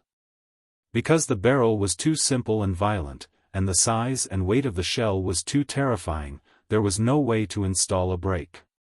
As a result, in order to prevent the ground from collapsing, they had no choice but to install a floating magic circle and a water elemental mount that was similar to a hydraulic device under the base of the cannon. Fire the cannons, blast his mother. For a moment, Kel-Thuzad felt that something was wrong. He directly teleported outside the fortress and activated cannonball protection, using his Breaking Dawn magic power to deflect most of the cannonballs. Unfortunately, there were just too many of them. The trajectories of the bullets were strange, and they flew in all directions. Some of them fell into the sea on their own, creating a terrifying water column that was more than 10 meters tall. Sometimes, if you blocked it, it would be extremely metaphysically tilted to the side and explode on top of Naxxramas. When a mortar shell weighing more than 4 tons hit Naxxramas, it gave the undead only one feeling: the sky was falling and the earth was cracking. Under the fearful gazes of all the undying, the black speck flying out from the Dalajan was rapidly growing in size. It easily blasted through the thick outer walls of the fortress, smashing through the layers made of solid stone. After going through more than 10 layers, it let out an unstoppable explosion. In every room, in every hall, the undead creatures on the floor slid down as the floor collapsed. The unlucky ones on the lower floors fell directly into the sea. The entire fortress shook violently. Black Witch Farina, who had been trying hard to maintain her noble and elegant temperament, screamed as she was thrown out by the violent impact. Although her magic shield protected her well, the powerful impact still made her dizzy. Just as she tried to stand up, she was affected by a new round of impact. Just an inch away from hitting her forehead on the wall. Ouch! She flailed her arms and legs, trying to grab something. In the end, she grabbed a broken skeletal arm that belonged to some low-level lich. She screamed and threw the arm away in disgust. In the fortress, almost everyone was trying to grab the nearest fixed object that they could reach, but this was of no help to the situation of the fortress. There were buildings and rooms that were completely torn apart after the explosions. The bricks that were covered in magic imprints, the rotten wooden boards, the beams that were engraved with evil runes, and the meaningless dust all collapsed at the same time, turning into mud and debris that fell into the sea. Everyone could see that if this continued, the greatest floating fortress of the Calamity Army would soon become a pile of ruins and fall on the shore of the endless ocean. Saffron. Kel-Thuzad couldn't take it anymore. He summoned his strongest fighter, the frost dragon Saffron, who had been a powerful blue dragon in life. He needed a vanguard to open the way for Naxxramas to hit the Dalajan. The huge frost dragon flew out with dozens of its minions and hundreds of gargoyles. However, they didn't fly far before they met their opponent. "Hey! Mount, it's time to work." Duque sent a magic message. "Humph. You call me Oni when you're happy." The Black Dragon Princess complained in the secret channel. Duque's face was a little dark. "Stop talking nonsense and get to work." "Got it. Got it." With Onyxia in the lead, more than a dozen Alliance powerhouses rode pure-blooded firehawks, along with more than 3,000 Griffin Knights and Dragon Hawk Knights, swooping down from the clouds and fighting with Saffron and the Scourge Army. The Scourge Army was stunned. Kel-Thuzad could see clearly that the Alliance had almost calculated all the responses of the Scourge Army. If this continued, Naxxramas could only walk on the road of destruction. No. It shouldn't be like this. The Great Lich finally panicked. As Naxxramas got closer to the Dalajan, the terrifying giant mortars became more and more accurate. The hit rate of that thing 3 kilometers away was terrible, but the closer it was, the more terrifying it was. Sir, the military area has been severely damaged. Instructor Resuvius and his Death Knight apprentices have fallen into the sea. The structure area has been destroyed, Grobulus has been destroyed. Sir, please instruct. In the spiritual connection circuit of the dead, there were cries of despair everywhere. In the sky, the roars of the dwarves and the war songs of the blood elves echoed everywhere. These former high elves did not forget what the undead scourge had done in the Long Song Forest and Silvermoon City. Under the leadership of the Ranger General Sasha, they sang the war songs that had been widely spread when the Troll Empire was still wreaking havoc in the Lordaeron continent. Dragon hawk spread their wings, bows and arrows raised high, destroy evil, protect our forest. They, or their predecessors, had sung the same war song when they fought alongside the humans 2,800 years ago. 2,800 years later, when this sacred and ancient song was sung, it once again reminded people of that sacred and solemn oath. In the blink of an eye, 3,000 years had passed, and more races had joined the war against evil. Chapter 12:29. The sky-breaking plan was to break the rule of evil in the sky. Whether it was humans, elves, or the major races of the Alliance and Horde, none of them had the ability to soar in the sky. Over the past few days, the evil fortress of the undead, Naxxramas, had been harassing them like flies. If they were strong, they would be harassed. If they were weak, they would be destroyed. Which race, which kingdom, which clan did not have a stomach full of anger?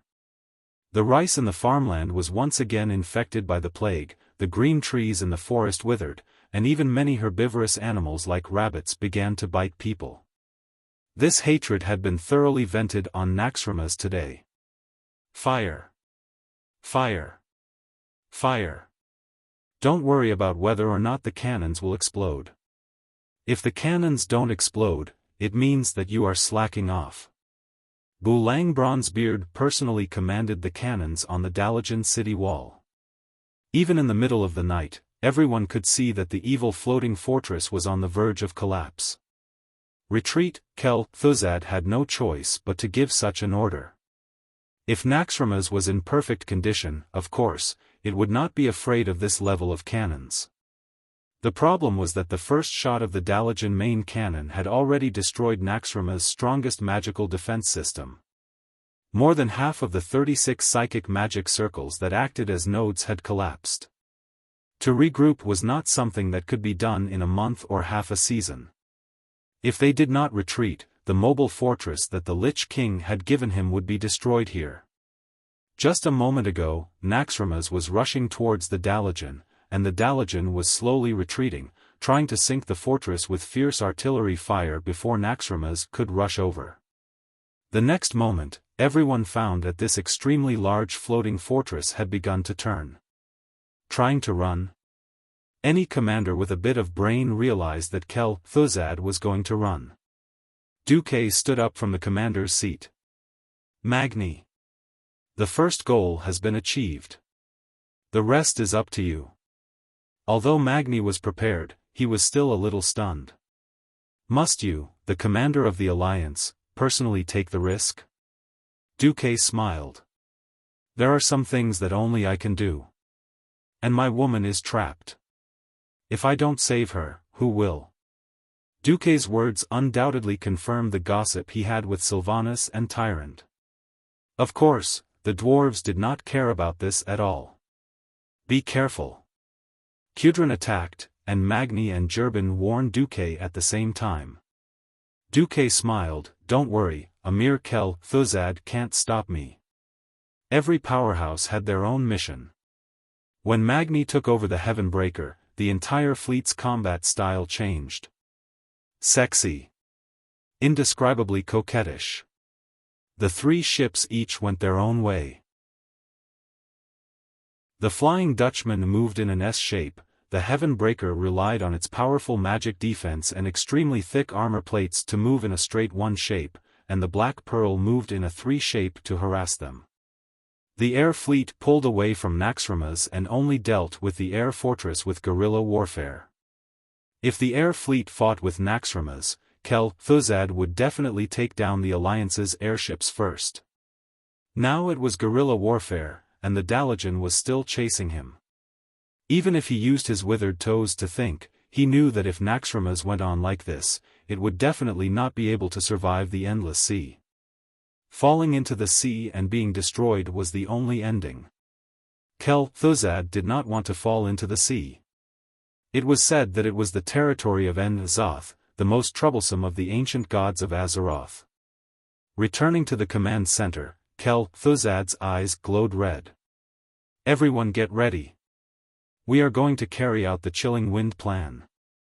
When Kel-Thuzad said this name, all his subordinates were stunned. At this moment, Duque used magic to contact Sar. In the magic mirror, the young chief looked a lot older. He was clearly in his early 20s, but Duque saw that there were a few strands of white hair on Sar's temples. I heard from Grom about the success of Blackwing's nest. First of all, thank you for the help you provided to the tribe. This time, we successfully killed the traitor. On behalf of the tribe, I express my highest gratitude to the Alliance. What's the matter now? Sar bowed to Duque. About your request for help from the Alliance is finally willing to send troops. Although Sar tried to suppress his emotions, his eyes were filled with desire. This was not his fault. The insect army that poured out of Kiraj in Silithus was too terrifying. Even if the hundreds of thousands of soldiers and civilians of the tribe worked together to fight, they were unable to fight against this terrifying insect tide. In addition, Naxxramas had wreaked havoc, sweeping through the main cities of almost every race in the tribe. This further dampened the will of the tribe's people to fight. It was no exaggeration to say that the Alliance was the tribe's only hope. Unfortunately, what Sar saw was Duque shaking his head. Before the Alliance takes care of the Amani trolls and the trolls who believe in the evil god Hacker, the Alliance is unable to go on an expedition to Kalimdor. No, even if it's just the Theramore army and the Night Elves, seeing that the tribe has been cooperating with the Alliance in battle since their rebirth. Sar still wanted to play the emotional card. Duque shook his head firmly. Sar's body trembled, and his eyes dimmed. Then, is there anything else? If there isn't. At this time, Duque showed a naughty expression. Even if the Alliance doesn't send troops, it doesn't mean that there is no way to solve the problem of Silithus. Huh. Sar's expression was very interesting. When he heard what Duque said, his expression became even more interesting. A few minutes later, Naxxramas. Although someone once said that explosions were art, the guy who was treated as a work of art was not having a good time at the moment. There were explosions everywhere, choking smoke filled the eyes, and there was a turbulent flow of magic elements. Be careful of the Alliance's surprise attack. If you find anyone from the Alliance, report immediately. All cursed disciples, take off your hoods and accept inspection. It had to be said that Kel-Thuzad was very careful. If anyone was really so daring as to put on the black robe of the cursed sect and take the opportunity to sneak in, then they would definitely die a terrible death. However, no one would pay attention to a low-level lich like Anad. Just like that, Anad, who had appeared out of nowhere, went straight in. From the outer area, he passed through half of the military area. From time to time, he would grab one or two liches to ask for directions, and he arrived at the core of Naxxramas. In the middle of 4 huge pillars carved with the statue of Lich King Arthas, there was a green portal. 2 liches, 4 death knights, and 24 powerful abominations guarded the portal without moving an inch. No matter how chaotic the outside world was, no matter how many undead monsters fled in panic, no monster would be stupid enough to approach this place. This was an absolute forbidden area. Suddenly, they saw Kel Thuzad coming over. Chapter 1230. Sir? Why are you here? The leading lich was very surprised by Kel Thuzad's appearance. In his imagination, a big shot like Kel Thuzad should be sitting in the central core. Why would he come here? Do I need you to ask about my affairs? The red light in Kel Thuzad's eyes flourished, and dense breaking dawn mana undulations filled with a frosty aura surged slightly, almost causing this radiant moon lich's soul to become unstable from the pressure. Yes, yes, yes. The liches and death knights didn't even dare to fart, and immediately retreated to the side. Kel Thuzad floated over. What made them a little puzzled was why Kel Thuzad seemed to take a few seconds longer to open the portal this time. In the past, he would enter instantly. But the white teleportation light lit up, so there was nothing else for them to do. Kel Thuzad immediately teleported from Naxxramas to a different space. Strictly speaking, this was not the interior of Naxxramas, but it was still a special space attached to Naxxramas' existence. Everywhere he looked, there was a frosty aura. The huge steps of the palace were covered with icicles, and ordinary people would slip if they were not careful. Of course, for a top lich who floated around all year round, slipping was just a joke. This was the lair of the frost dragon Sapphiron. Although the blue dragon Sapphiron had been dead for many years, as a dragon, his habit of guarding his lair had not disappeared. As long as he was here, he was the most reliable guard. It seemed that because of Sapphiron's attack, Kel Thuzad had no choice but to rush over. Because next to the dragon's lair, there were two leaders of the alliance sealed and imprisoned by a powerful magic formation, the Queen of Sin Dorii, Sylvanas, and the Night Elf High Priest, Tyrant. These two stunning beauties were still cuddling and hugging each other as if they had just been captured. Two beautiful faces were so close to each other, it was a pity that they were hibernating. Kel Thuzad quickly dispelled the magic formation made up of more than 100,000 magic runes and went through it. Then, one of his huge claws passed through Alun's milky white moonlight protection without any hindrance, and he placed his other hand on Sylvanas' fair, slender, and well-rounded leg, and started caressing it. Tyrant was the first to wake up. Ah! Kel Thuzad, you actually. She was trembling. She never thought that Kel Thuzad would be able to break through the goddess defense, but it was so easily broken through. In that case, wouldn't it mean that they would be killed and turned into terrifying banshees of death? The evil will would control them. Even if they could resist Kel Thuzad's mind control like Uther, they would still be separated from Duque by life and death. For their own race, for their own people, they were not afraid of death. However, Tyrant could not bear to part with Duque forever. This scene almost caused Tyrant to collapse. She knew that here, the power of the moon goddess was extremely thin. 100 units of the power of the moon only filled her body with 1% of it. However, at the most critical moment of her life, Tyrant did not hesitate to chant an incantation and find a way to move her body, which was already weak from hunger, to attack Kel Thuzad. Rangers and priests were not good at close combat, but liches who were born as mages were even worse. This was Tyrant's last desperate attempt. Just as she was about to stab Kel Thuzad's head with her dagger, an even more unexpected scene appeared. At the same time, another Kel Thuzad appeared at the gate that Kel Thuzad had entered. Ah! Tyrant let out a cry of surprise, and her already slow movements became even slower. Two Kel Thuzads. What the hell was this?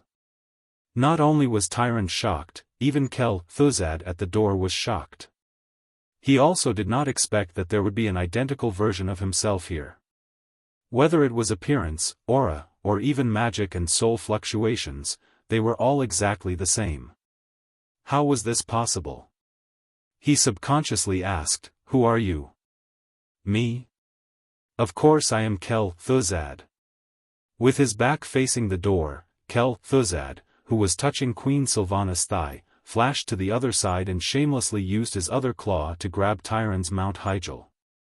This action caused Tyrant to let out a cry of surprise.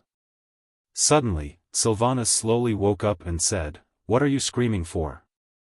If it's not that perverted Duque, would a lich without that thing touch us like this?" Tyrant was stunned. After the shock, she suddenly realized that this technique was very familiar. And that touch, it was definitely not Bones. In the next moment, the lich who was hugging the two women, who should have been Bones, began to remove his illusion disguise, revealing a dirty Duque. Duque completely ignored Kel Thuzad and turned to Queen Sylvanas, asking seriously, "How do you know it's me?" The weak Queen Sylvanas rolled her eyes at Duque. "Who else would come up and touch my leg besides you?" "Good answer. I didn't dote on you in vain." Duque lecherously kissed Queen Sylvanas. At the side, Tyrant was both happy and shocked. She had originally wanted to kiss Duque, but thinking of the strong enemies around, her clear eyes inevitably clouded over. "Duque, you shouldn't have come." "Then I did. Are you happy?" Duque smiled cheekily. "I am happy, but," without another word, Duque kissed her back. At this time, Kel Thuzad, who was at the door, could not help but let out a sneer like a night owl. "Hee, she's right, you shouldn't have come. I thought this was the day of the Scourge's setback, but in the end, we still won. Hee. As long as I kill you, the great Lich King would gain yet another powerful Lich subordinate. And two not bad banshees. Ha ha ha." Kel Thuzad's words caused Tyrant to tremble a little. Strangely, Sylvanas was indifferent.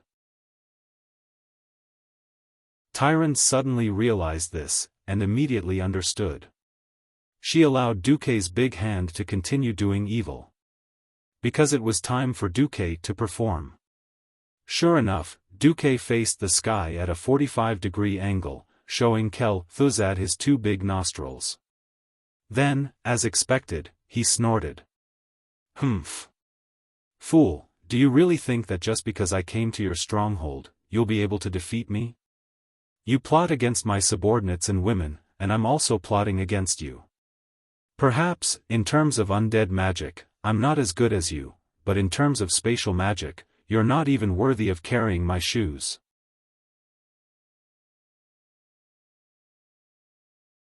Chapter 1231.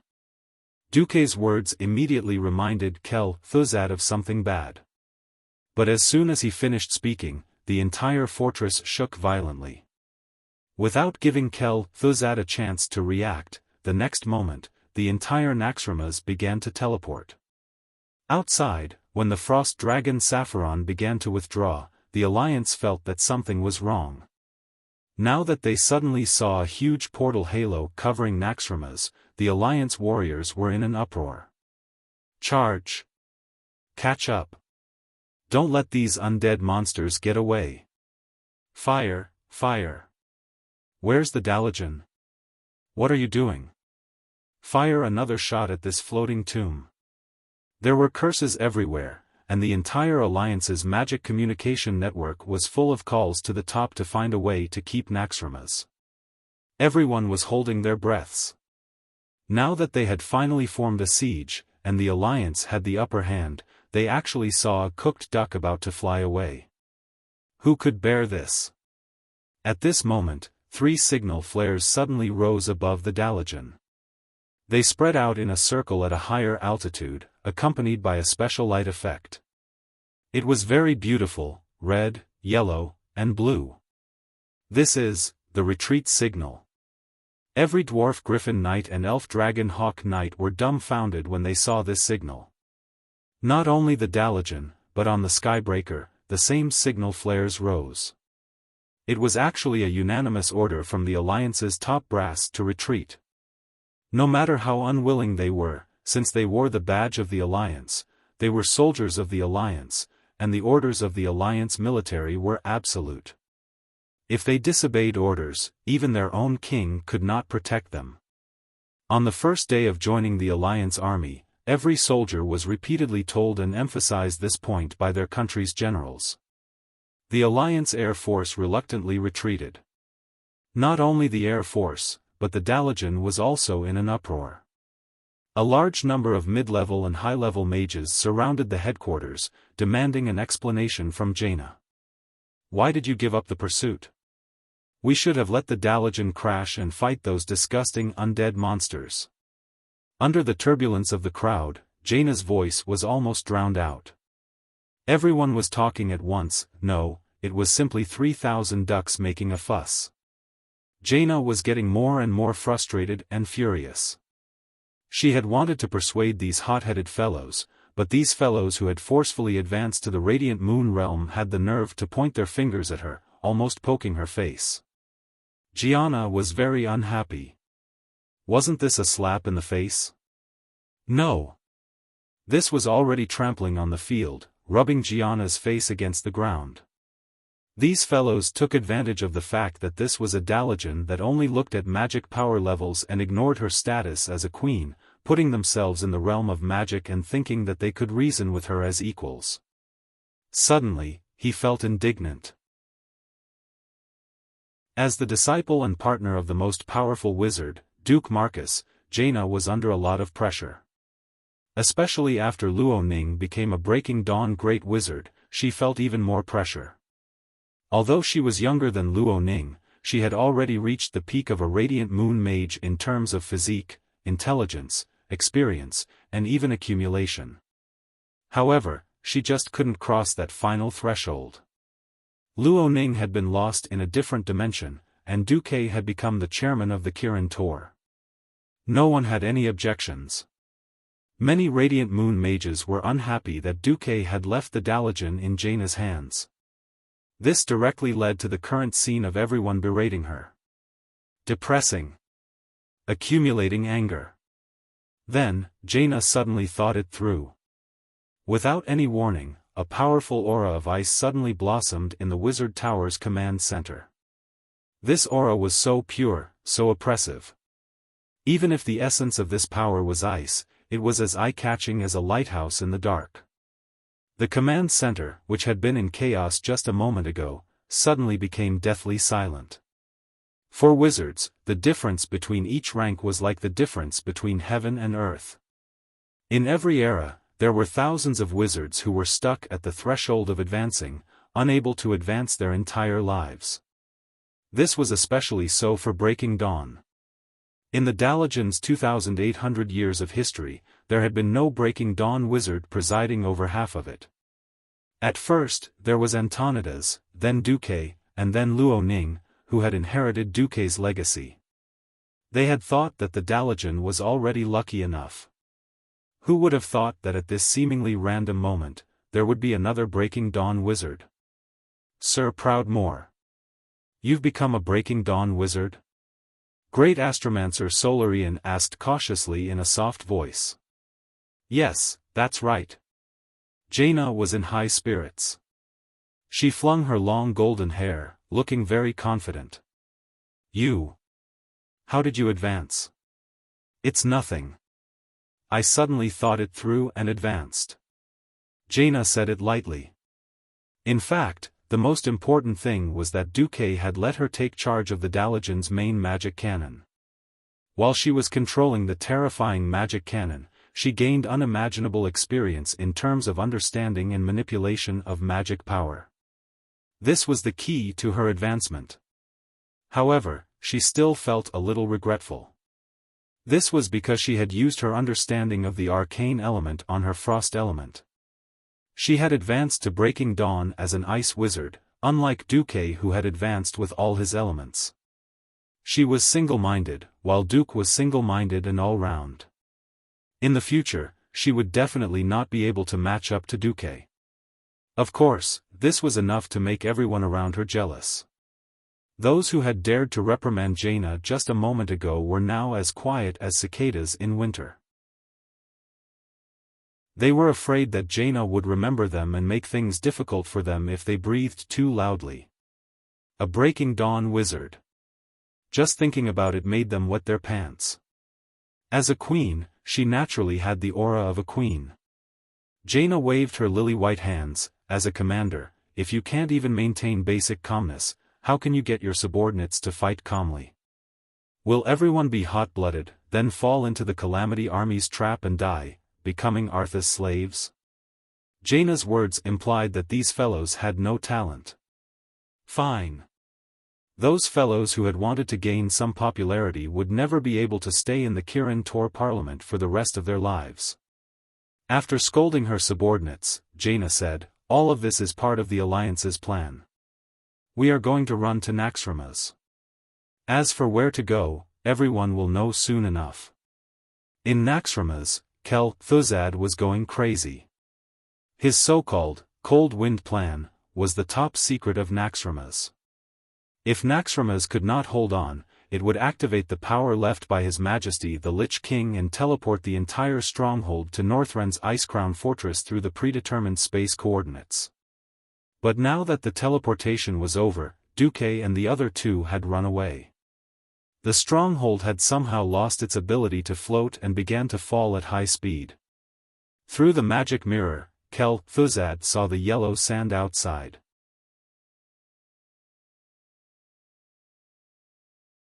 Chapter 1232. After the great Titan creations defeated the ancient gods, the great Protector Rider appointed a group of Anubisaths and Torval to guard the Furnace of Origin in Uldum forever, while he led the rest of his subordinates to the northwest, which was later known as Silithus. This barren and barren area was where the ancient god Si Thun prison was located. Lei led his assistants to expand the prison, and in the end, it became the sturdy Kiraj fortress. After completing all of this, the Great Protector ordered the remaining Titan creations to guard this fortress. The Anubisaths were the great Titan creations.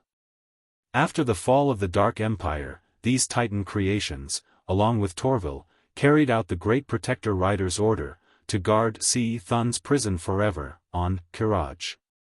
However, in front of the insect army led by the ancient god General Kishix, the Anubisaths could not escape the fate of being enslaved. As time passed, after the end of the war with the Troll Empire, the descendants of the Akur insect people hid underground. As for the ferocity of the insect swarm deep underground, at this moment, the entire Azeroth had probably forgotten about it. A member of the insect swarm, the Akur insect people, had long spread out in the ancient Kiraj fortress. This magnificent fortress was originally the prison where the protectors imprisoned Si Thun. However, in the lifeless sandstone corridor of Kiraj, only the insects were sleeping within. Even though Azhara and her Night Elf Empire knew of the existence of this fortress, they could not prevent it from being forgotten in the long river of time. Extending out from the base of this fortress was the vast and desolate Silithus Desert. This was also one of the reasons why there were not many creatures living around on Kiraj. It was only when the great druid Fandral Staghelm ordered the revival of the land of Silithus that Kiraj once again entered the sights of the elves. He sent his brave son, Velastin, and a group of trusted druids to carry out this mission. Because Velastin's exploration in Kiraj awakened the insect people, there was the famous First Battle of the Shifting Sands. Similarly, in this battle, this troublemaker fell into an ambush and died along with a group of elite druids. As for Fandral's grief, it was a different matter. In this battle, the three giant dragons Oligos, Merlinthra, and Karastraz sacrificed their lives to create the Wall of Beetles. Although the Wall of Beetles successfully sealed the Akur insect people, the insect empire was still restless. Until today, this was different from the original history. Originally, it was Ragnaros from the Molten Core and Nefarian from the Blackwing's Nest who took turns to fight. Only then were the Alliance and the Horde able to work together and destroy their enemies one by one. In this life, almost all of the major evil factions rose up together, and the Alliance army was trapped in the Eastern Kingdom. Although the Dragon Slumber Shrine wanted to organize the mortals to encircle and annihilate Kiraj of Silithus, they were powerless. In order to maintain the front line outside of Azeroth's atmosphere, the Dragon's Rest Temple couldn't deploy too many troops. The dragon breaths of dozens of giant dragons and more than 200 adult dragons were not enough to clear away the overwhelming number of insects, most of which were flying insects. Coupled with the disappearance of the Night Elf High Priestess Tyrant, the Alliance didn't announce that she had been captured. The Night Elf army that the Horde had been hoping for didn't move at all. The result was that the situation in Ankh-Kiraj was getting worse. Alexstrasza, who had just bitten off a Void Lord's head, suddenly received a message. What? He's helping me control Ankh-Kiraj? He finally dealt with Nefarian and is ready to lead the army across the sea? No, the Alliance didn't actually send the army across the sea because they still have to deal with the Amani trolls and Hacker, Krasis said bitterly. Then why did he help me deal with Ankh-Kiraj? The Red Dragon Queen was shocked. If someone else said this to her, she might have already taught him a lesson with her dragon breath. He said, he wants you to watch the movie of the year, Fall of Naxxramas. Huh? Alexstrasza excitedly rushed back to the floating fortress outside the atmosphere. This was the great creation left behind by the Titans. Through the magic mirror in the fortress, she saw a scene that left her dumbfounded. It wasn't just her. Everyone who saw this scene was so shocked that their jaws almost dropped to the ground. In the Dalajan, through the magician's eye, Duque had his left arm around Sylvanas' shoulder and his right arm around Tyron's slender waist. All that was left was popcorn and cola. He watched this scene with satisfaction. They had successfully escaped and returned. Even so, Queen Sylvanas felt her heart beating wildly when she thought back to what had just happened. Duque, how did you do it? You disguised yourself as Kel-Thuzad and snuck in, then saved us. Even though she did not want to admit that her lover was so powerful, the proud Queen Sylvanas could not help but look at him with admiration. This made Duque feel very good. Tyron's long fingers seemed to wander around on Duque's chest. Did you forget that this guy disguised himself as a Void Lord in the War of the Ancients? Duque is very good at infiltrating the enemy's territory too. He even took me for himself. Duque felt wronged. Hey, if I didn't help you back then, you would have become the devil's plaything. Yes, yes, yes. When I recover my strength, I will repay you. Tyron replied with a flirtatious look. Actually, Duque's infiltration was not worth a damn. Since he could disguise himself as a Void Lord back then, his control of dark energy was naturally very good. As the Scourge was born from the Burning Legion, the nature of their power was the same. Before Arthas, who was disguised as the Lich King, woke up, nothing could be changed. What happened next was simple. Duque first killed a Lich, then used the dark energy of the Shadow Element, the soul manipulation ability he learned from the Burning Legion, and the true illusion created by the System Elf to fool the bones on the periphery. Next, he used the illusion to disguise himself as Kel-Thuzad and used the system to crack the magic defense system that was too shallow for him. If he had to pretend to be a Death Knight, he would most likely be exposed. But pretending to be Kel-Thuzad, who was born as a mage, was simply too easy. The only problem was that Duque could not escape the senses of the Frost Dragon, Sapphiron. But after forcing Sapphiron to make a move, everything was solved. As a transmigrator, Duque was very clear about Naxxrama's teleportation ability. Although this would cost Naxxramas a lot of magic, the magic was not his, so what did it have to do with him?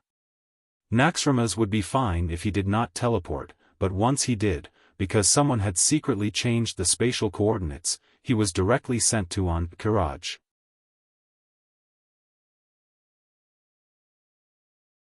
Chapter 1233. This day was the day of suffering for the Ankh-Kiraj insect people. What was supposed to be a good hunt turned into a disaster.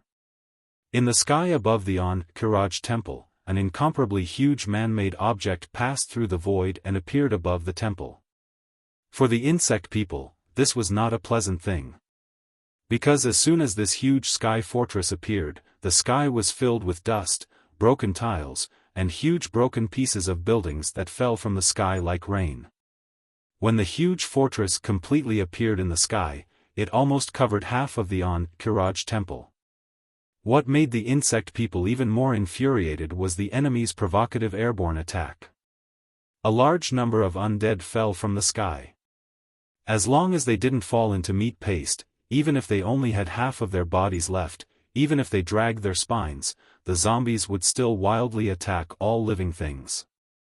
Their targets naturally included the giant beetles.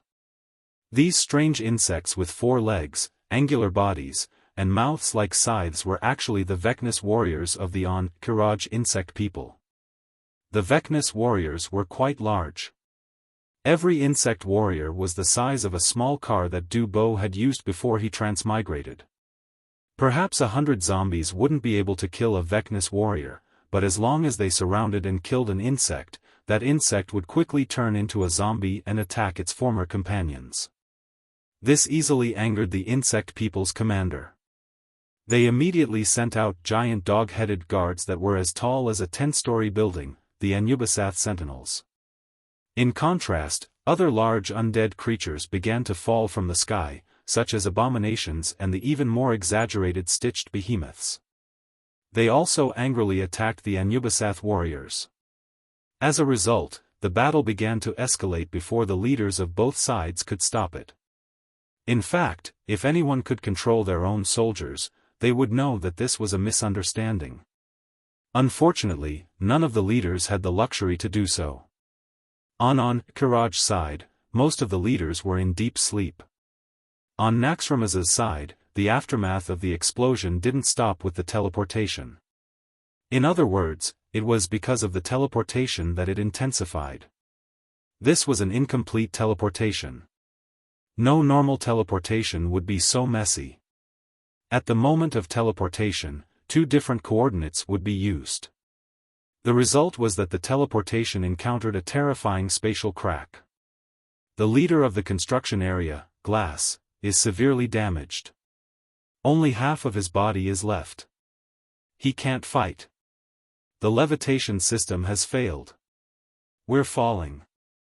The voice of the cursing disciple sorcerer who was in charge of making the report reminded the other undying of the screams of a chicken before it was slaughtered. Reboot the system. Kel Thuzad shouted as he rushed back. No. There's no response. Something seems to be blocking the soul transmission. Kel Thuzad personally rushed over and directly invaded the control circuit with his spirit. Almost instantly, he discovered that the originally unimpeded soul control system had been tampered with. In the suspension system, there was a powerful will that was no less powerful than his entangled there. The entire stronghold was falling, but the willpower was too strong for him to forcefully unlock it. He could only try to touch it and see what kind of encryption or puzzle lock it was. Excuse me, what is 1 + 1? In Kel Thuzad's sea of consciousness, Duque's voice, which he hated to the extreme, sounded frivolous, too. Kel Thuzad did not hesitate.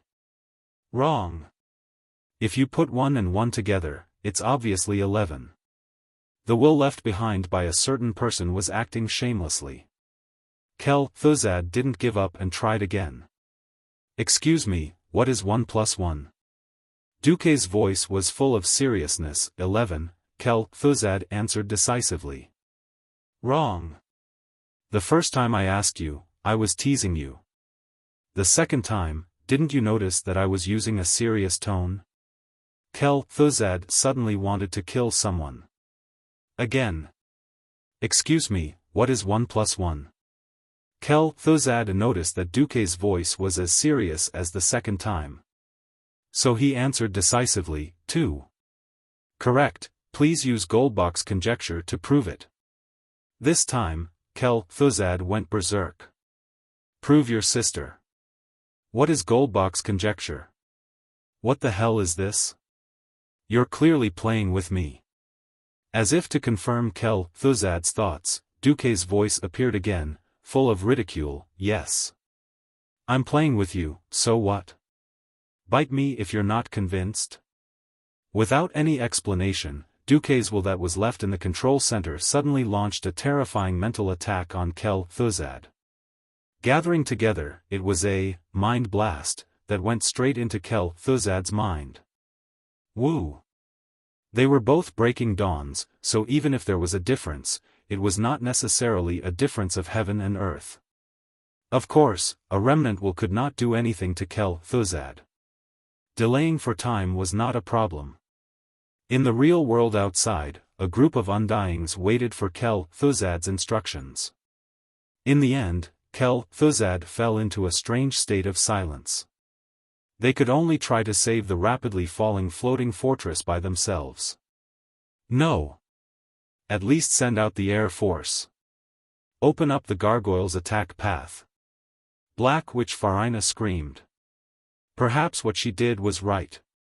However, under the acceleration of gravity, a huge fortress weighing tens of thousands of tons suddenly fell from a height of 1,000 meters.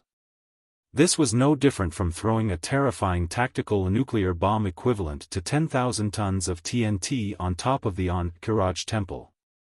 The top of the huge temple, which was full of reliefs, was completely torn apart with a sharp roar.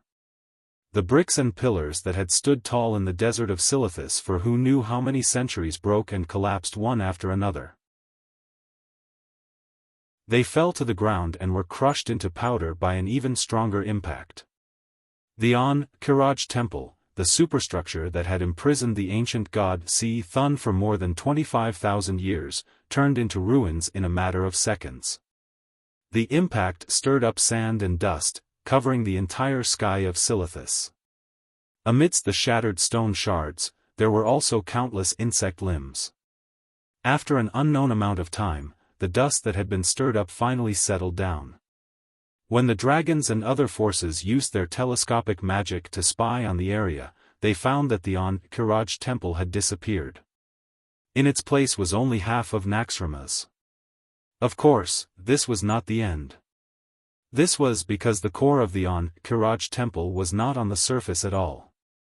Stimulated, countless beetle guards rushed out from every corner of the temple, madly crawling towards the undead fortress that had destroyed their holy land. Similarly, as long as it was an undead creature with a relatively intact body, they mercilessly fought against the incoming beetles. An earth-shaking uproar followed. Whether Kel Thuzad and Thun were willing or not, they had no choice but to become mortal enemies and had to fight until only one side was left. Chapter 1234. In the Magic Mirror's live broadcast, the Scourge Army and the Kiraj insect people were fighting non-stop. Every moment, there were hundreds and thousands of undead or Kiraj insect people being destroyed. If it was somewhere else, Kel Thuzad might have jumped up in joy. With so many corpses, it was enough for him to pull out a terrifying undead army that could sweep across half the continent. Obviously, Thun, who was in the deepest part of the ruins of the Kiraj temple, would not let Kel Thuzad do as he pleased. At first, there were many insects that were killed and resurrected as corpse insects, devouring their own kind. In addition, the fighting style of the insects was to bite one of their legs and bite one of their heads. It was extremely brutal and direct. Basically, insects of the same level would end up dying together. This kind of fighting style was obviously disadvantageous to the Kiraj insect people. However, with a small trick of the ancient god in his half-asleep state, Kel Thuzad suddenly discovered that the canopy of undead, which was usually accurate everywhere, could not be held up in the sky above the Kiraj temple. An even more ancient and evil will forcibly took control of the weather here. This forced Kel Thuzad to let his subordinates engage in the most primitive form of attrition with the insect people. Other than the insects, the Kiraj insect people also had monsters like the Anubisath giants and the obsidian golems. The Scourge army used the fat abominations and various deformed large-sized monsters to fight against them. Whether they were willing or not, the two sides fought until the sky was dark and the moon was dark. Go! Kill it! Why do you have to use your feet to step on it? You can roll over. Don't you think this lich is a joke? Releasing a bug swarm storm on a construct? Take a horse stance and punch it with your left hook and right hook. At the highest level of the Breaking Dawn Mage Tower in the Dalajan, it was very lively. Almost the entire floor echoed with the shouts of a certain Bad Alliance commander, as well as the giggles of seductive women. How lucky! If it wasn't like this, the Night Elf warriors would have to face such a monster with their flesh and blood. My heart aches. Tyron gently pressed her hand on her sexy collarbone. Duque, you're so bad. Queen Sylvanas rarely showed her tender side. His impression of Queen she had always been extraordinary and valiant. Perhaps it was due to her environment, but in history, she carried the fate of the entire kingdom as a ranger general, but she also had to bear the future of the entire Forgotten Ones. In this life, although she was crowned queen, and with Duque's help, the elf situation was much better. But she had to always wear a mask called strength. However, after being captured this time, Sylvanas suddenly realized that he was weak in a certain sense. It turned out that at certain times, there were many things that she couldn't resist or control. In the most desperate moment, she called out Duque's name. Duque did not disappoint her and responded to her call for help. From being ambushed by the Burning Legion, to falling into the enemy's hands, to almost dying, to somehow returning safely. At this moment, Sylvanas still felt as if he was in a dream. Tyrande, on the other hand, was even calmer. This was not the first time she had been captured. She was right next to them, supporting her chin with her hand, perfectly accompanying them. If Duque wanted to play any tricks, she would not reject him either. But Duke did not force them to do anything, understanding that they were still in a state of shock, and only occasionally rubbed their ears against each other.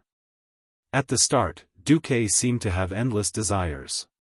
Sylvanas's long legs and Tyrande's Mount Hyjal were all places that he would forget to leave.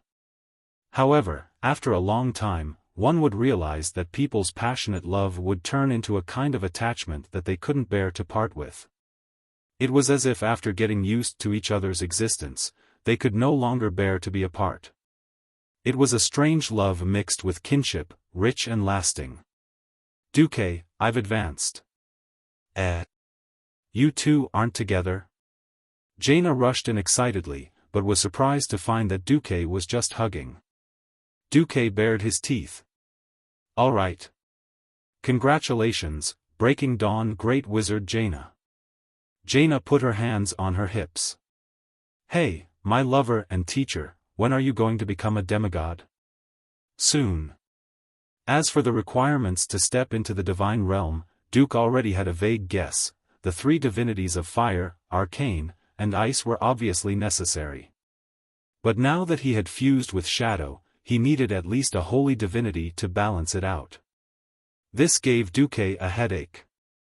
But now, he had an idea of a frost divinity, Frost Dragon Sapphiron. Duque had thought that he would get rid of the great frost lich, Kel Thuzad. Who knew that his target had changed to Sapphiron?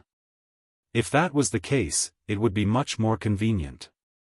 In case Sapphiron's divinity was not enough, Duque had another target, Sindagosa, who had saved Arthas in Fellwood Forest. This former queen of the Blue Dragons, and now the mother of the Frost Dragons, was definitely qualified. However, with the entire Ice-Crown Citadel forcibly sealing itself in 10,000 years of ice, Duke had no way of finding trouble with Sindagosa. As for the holy divinity, the only one Duque could think of was the Naru of the Outland. Divinity was a very precious thing. If it was the one in Shotrath City, it was not impossible to achieve his goal through negotiation. The only problem was arcane magic. Duke couldn't figure out where he was going to get the divinity of the Arcana system.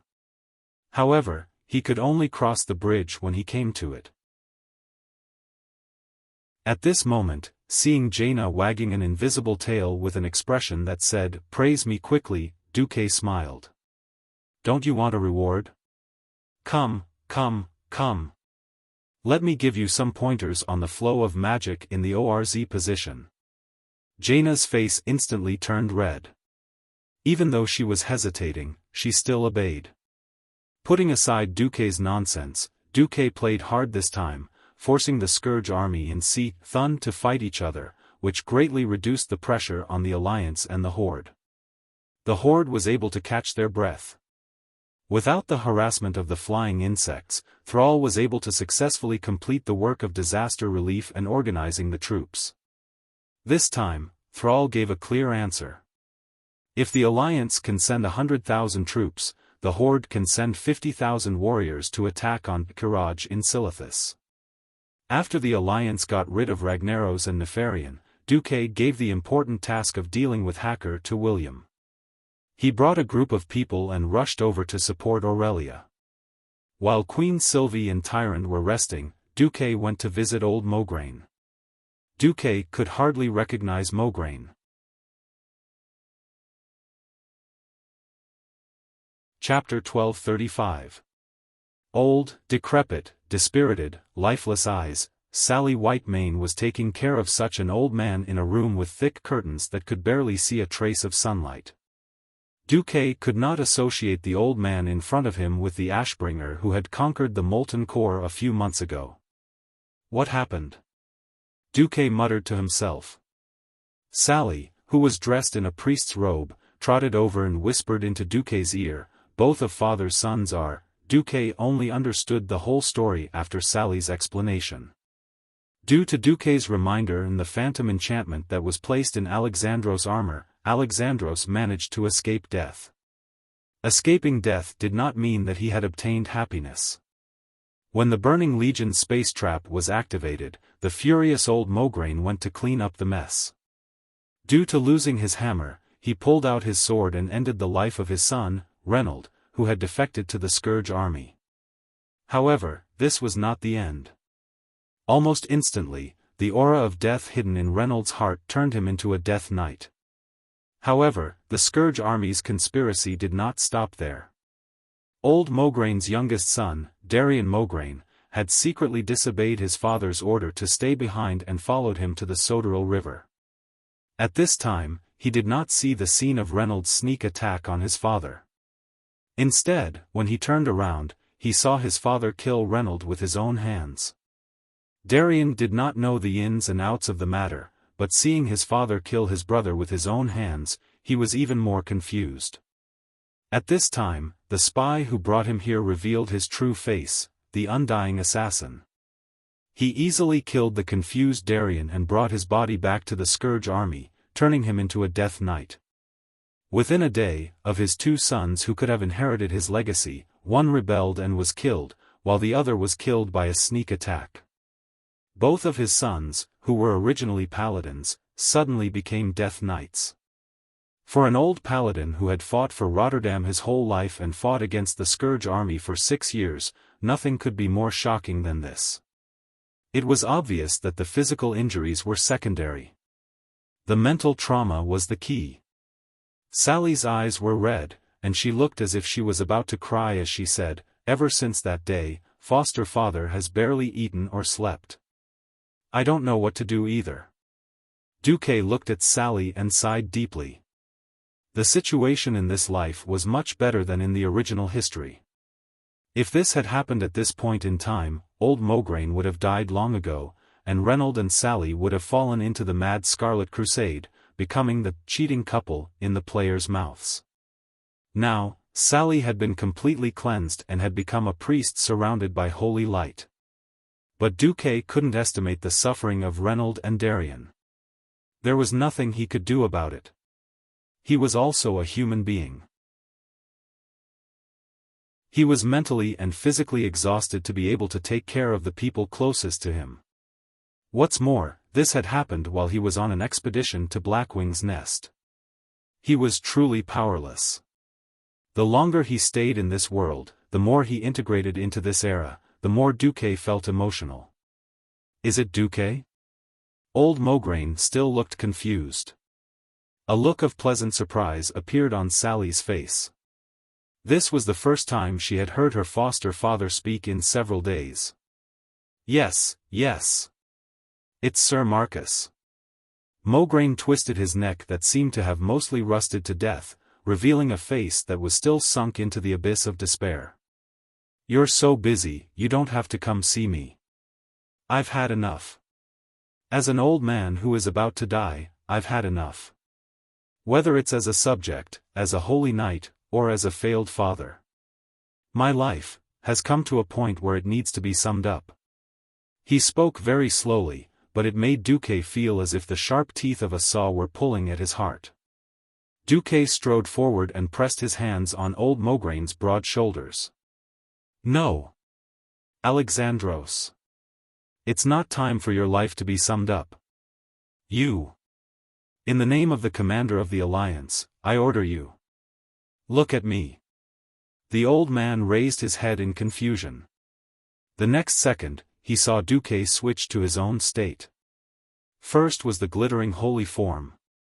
In Alexandros' impression, the bright holy light on Duque's body could almost catch up to that of Archbishop Alonso's Fail and Uther. After another second, Duque suddenly switched to shadow form. The dark aura that was as deep as the endless universe made him, a holy knight, shudder. "Duque, you mean?" Duque seemed to be implying something. "Do you see? The boundary between light and darkness is not that clear. Similarly, the boundary between life and death is thinner than you think. A while ago, the tribe announced that in order to resist the terrifying Kiraj insectoid army, the Forsaken would be included in the tribe." "The Forsaken? Is it that guy an Astrian?" "Yes. Why did the Alliance acquiesce to this? Isn't it because the enemies who want to destroy the world of Azeroth are too many and too powerful? The Burning Legion, the Scourge Army, the Ancient Gods, the Elemental Lords, and all kinds of inferior evil gods. Alexandros, this world has long passed the era where the Alliance alone can defeat the enemy." Old Mograine was silent again. "Yes. We hate the tribe because they brought a terrible disaster to the Alliance. Millions of soldiers and civilians died tragically under the tribe's slaughter. We will never forget this. But now the tribe is our alliance. The Scourge army also swept through the Long Song forest, and an Astrian also betrayed his people and became an Undying. But now they have no choice but to stand on our side and fight for the world." Old Mograine looked up at the sky and let out a long breath. He understood what Duque meant. Since the first Undying can escape the will of the Lich King, then there will be a second, a third. Maybe in the future, Darien will rejoin the Alliance as a Death Knight, or at least become a comrade of the Alliance. This was not Duque boasting. According to the original development of history, Darien would break free from the control of the Lich King Arthas and lead a large group of Death Knights to form the Black Blade Knights, turning to fight for the righteous cause of the world. Hearing Duque persuade him like this, old Mograine suddenly laughed. "Duque, you're really bad as the commander of the Alliance. You actually didn't let a 60-year-old veteran retire." Seeing the old paladin's smiling face, Duque knew that old Mograine had thought things through and patted his shoulder. "Yo, old brother, it's not time for you to sum up your life.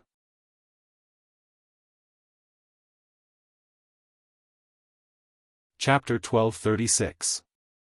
After taking care of old Mograine, Duque led the army to the Sin Dorii kingdom without stopping. With Naxxramas forcing on Kiraj to surrender, the Scourge army had to fight the bugs head-on. The Alliance's military strength, which was originally very tight, suddenly became abundant. In the camp in the southeast of the Long Song forest, Duque and the others met Aurelia, Rothmatherin, and Hajaron Mingi. After not seeing her for a while, Aurelia had lost a little weight. The pair of giant cats actually showed signs of shrinking. They were originally a very violent symbol. Whether Duque wanted to or not, they easily dominated Duque's vision and gave off a sense of mass. If there weren't outsiders, Duque would have reached out to confirm. Aurelia smiled charmingly at Duque and hugged Duque lightly. Then, she hugged her second sister, Sylvanas. "Sister, are you okay?" "I'm fine. It's just that someone pretending to be Kel Thuzad touched my thigh. It's disgusting, Queen Sylvanas complained in the whisper of the wind. Aurelia couldn't help but laugh. Beside her, Sasha also laughed. It had to be said that when the three sisters laughed together, the scene was as beautiful as a painting. Duque was left to the side. He was basically a passerby. Aurelia combed her bright blonde hair. I knew that Duque would definitely save you as soon as he came out. I will continue to carry out my duties. If I really died and became an undead, what would you do? Queen Sylvanas suddenly asked her sisters. Aurelia sighed. She didn't know how to answer. Generals would inevitably die in battle. Who could guarantee that their loved ones wouldn't die? Moreover, the four sisters often fought on the front lines. Suddenly, Sasha replied cleverly, yes, it must be Duque's fault that we couldn't save you in time. Then I'll have many daughters with Duque, and then add a compound surname to each of them. Yes, it's called something something Sylvanas Marcus. Duque was speechless. After fooling around for a while, they returned to the main topic. It's time to put an end to the millennia of conflict between the elves and the ogres in the north. As Duque spoke, almost every elf present felt a chill in their hearts. In the past, the proud elves might have scoffed at such words and scolded Duque for bragging.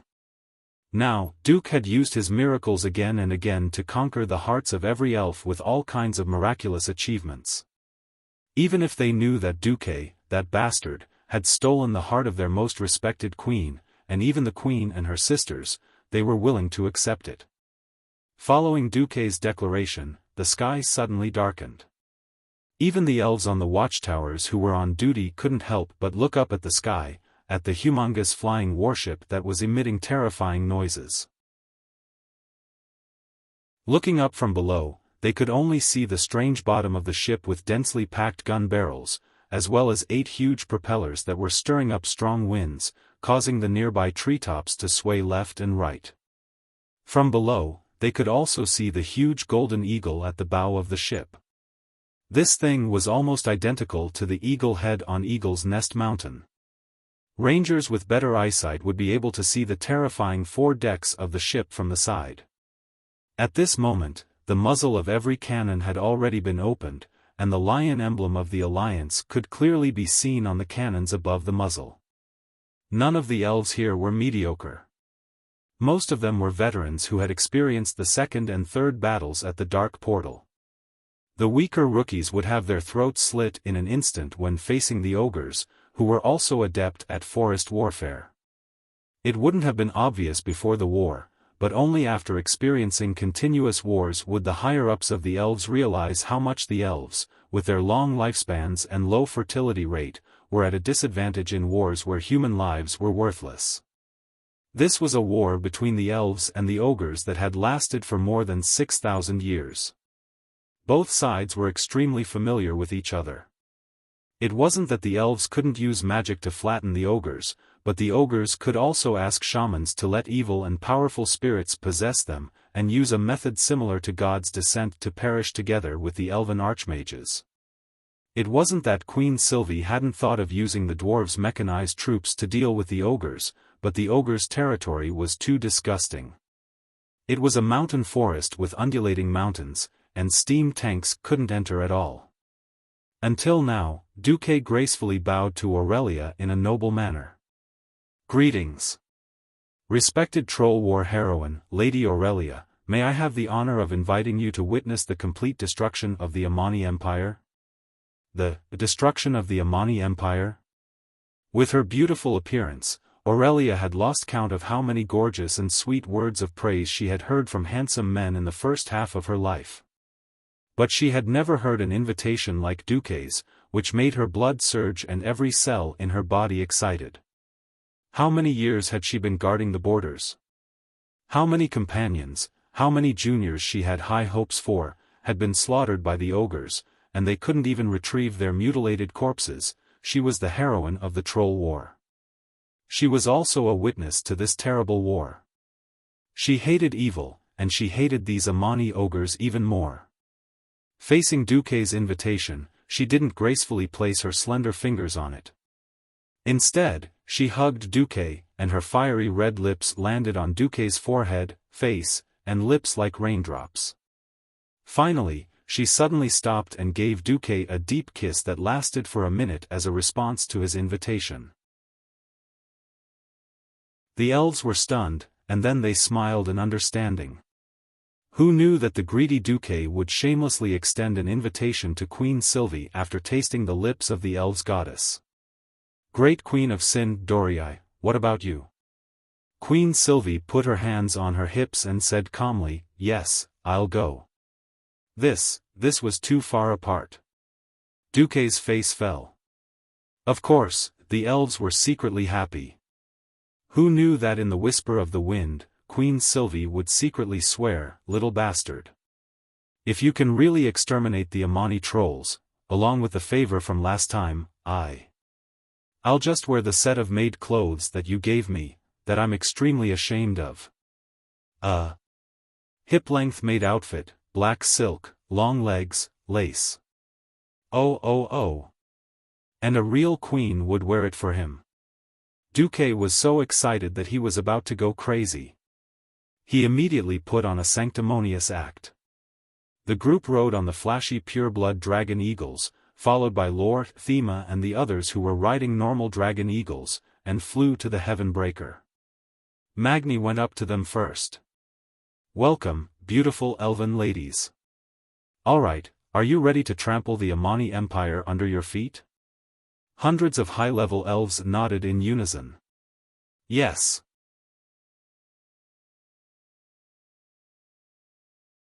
Chapter 1237. It's time. Those damned long-ears have lost the protection of the humans. They're nothing but prey for the Amani warriors. Muster your courage and fight. Victory belongs to us, the Amani. On the platform, the new leader of the Amani trolls, Dakra, was giving a passionate speech. The previous leader, Zujin, had been captured by the elves and then executed prematurely under the covert instigation of a certain fellow with the surname Du. The Amani trolls had fallen into a state of chaos for 10 years. Eichelson, who had the soul of the White Eagle, Nararak, who had the evil spirit of the Great Bear, and the other powerful trolls refused to give way. It was only recently that a new powerhouse, who had inherited almost all of Zujin's skills, Dakra, took over. He reunited the chaotic Amani tribes. The trolls did not need any reason to fight the elves. The blood feud between them had long been engraved in their bloodlines, branded in the depths of their souls. All the Eridar Gemini had to do was to disguise themselves as a forest troll with a similar bloodline and spread the message of all races are attacking the Alliance.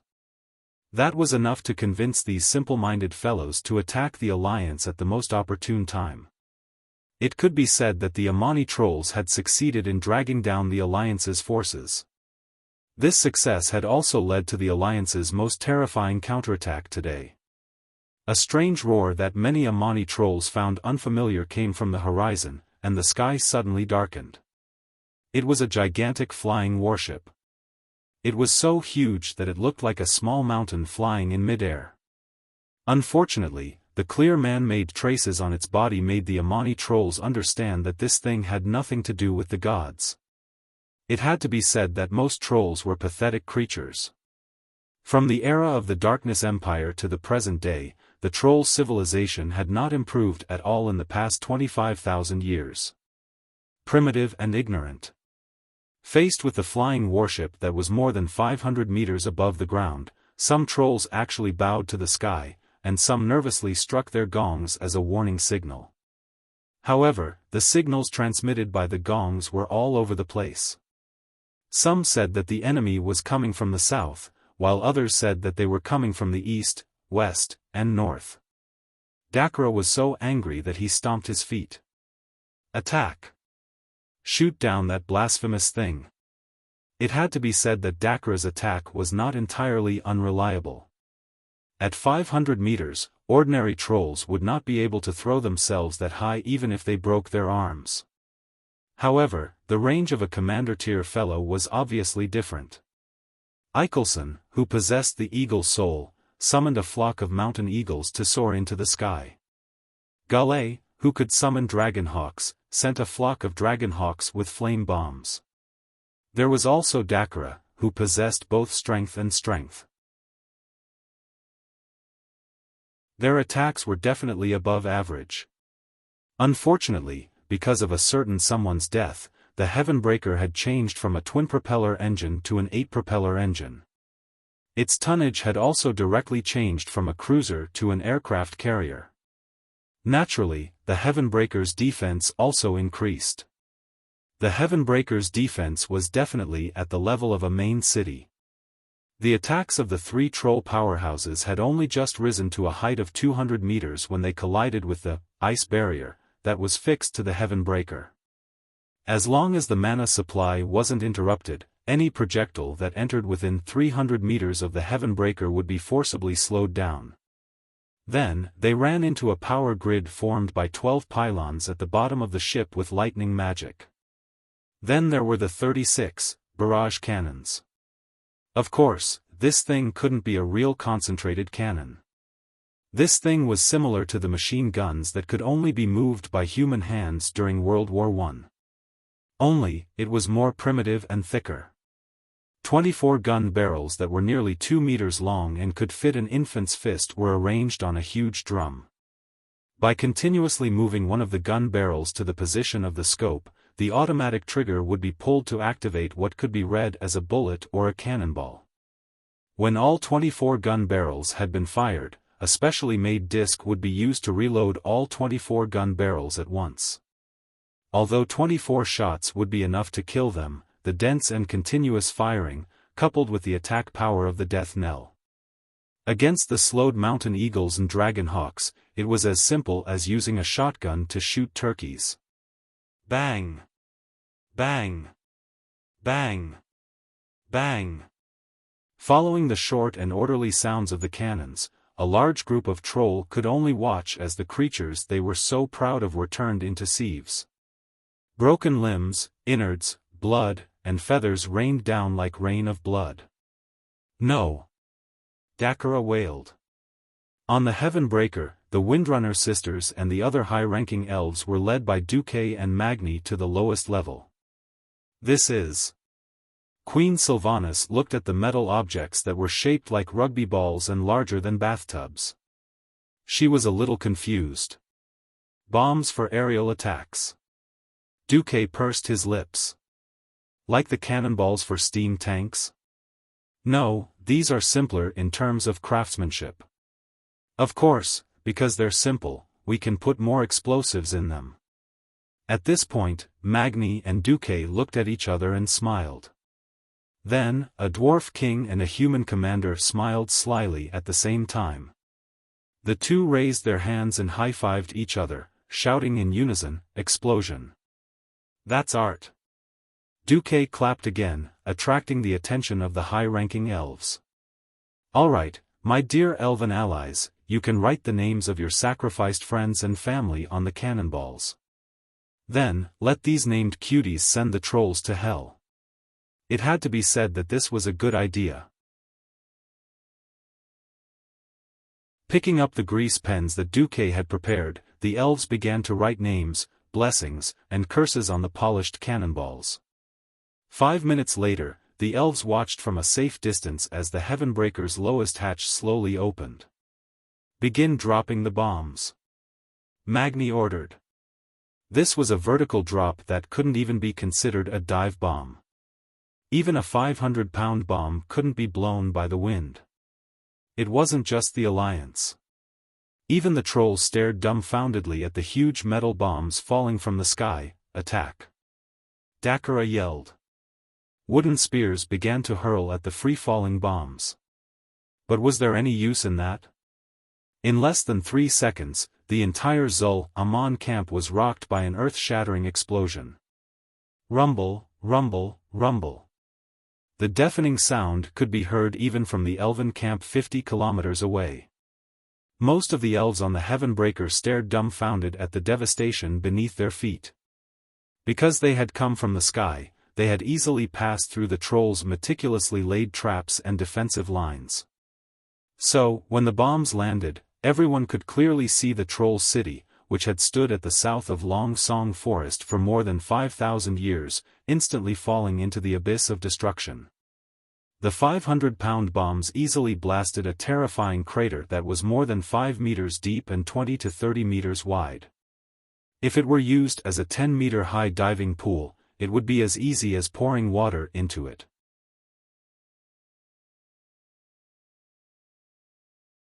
Chapter 1238. All sorts of miscellaneous items were sent flying into the air. Rows of wooden and thatched houses suffered the same fate as the stone palace. In the face of the explosion, they too collapsed and were sucked into the shockwaves of the explosion. When the seemingly sturdy stone palace that gave them a sense of security was easily destroyed like a thatched hut, every troll finally realized that the shadow of death had been hanging over their heads. Regardless of whether they were soldiers or civilians, the trolls were in a state of panic. They were like rats that had to flee in the face of a flood, leaving the buildings and running for their lives.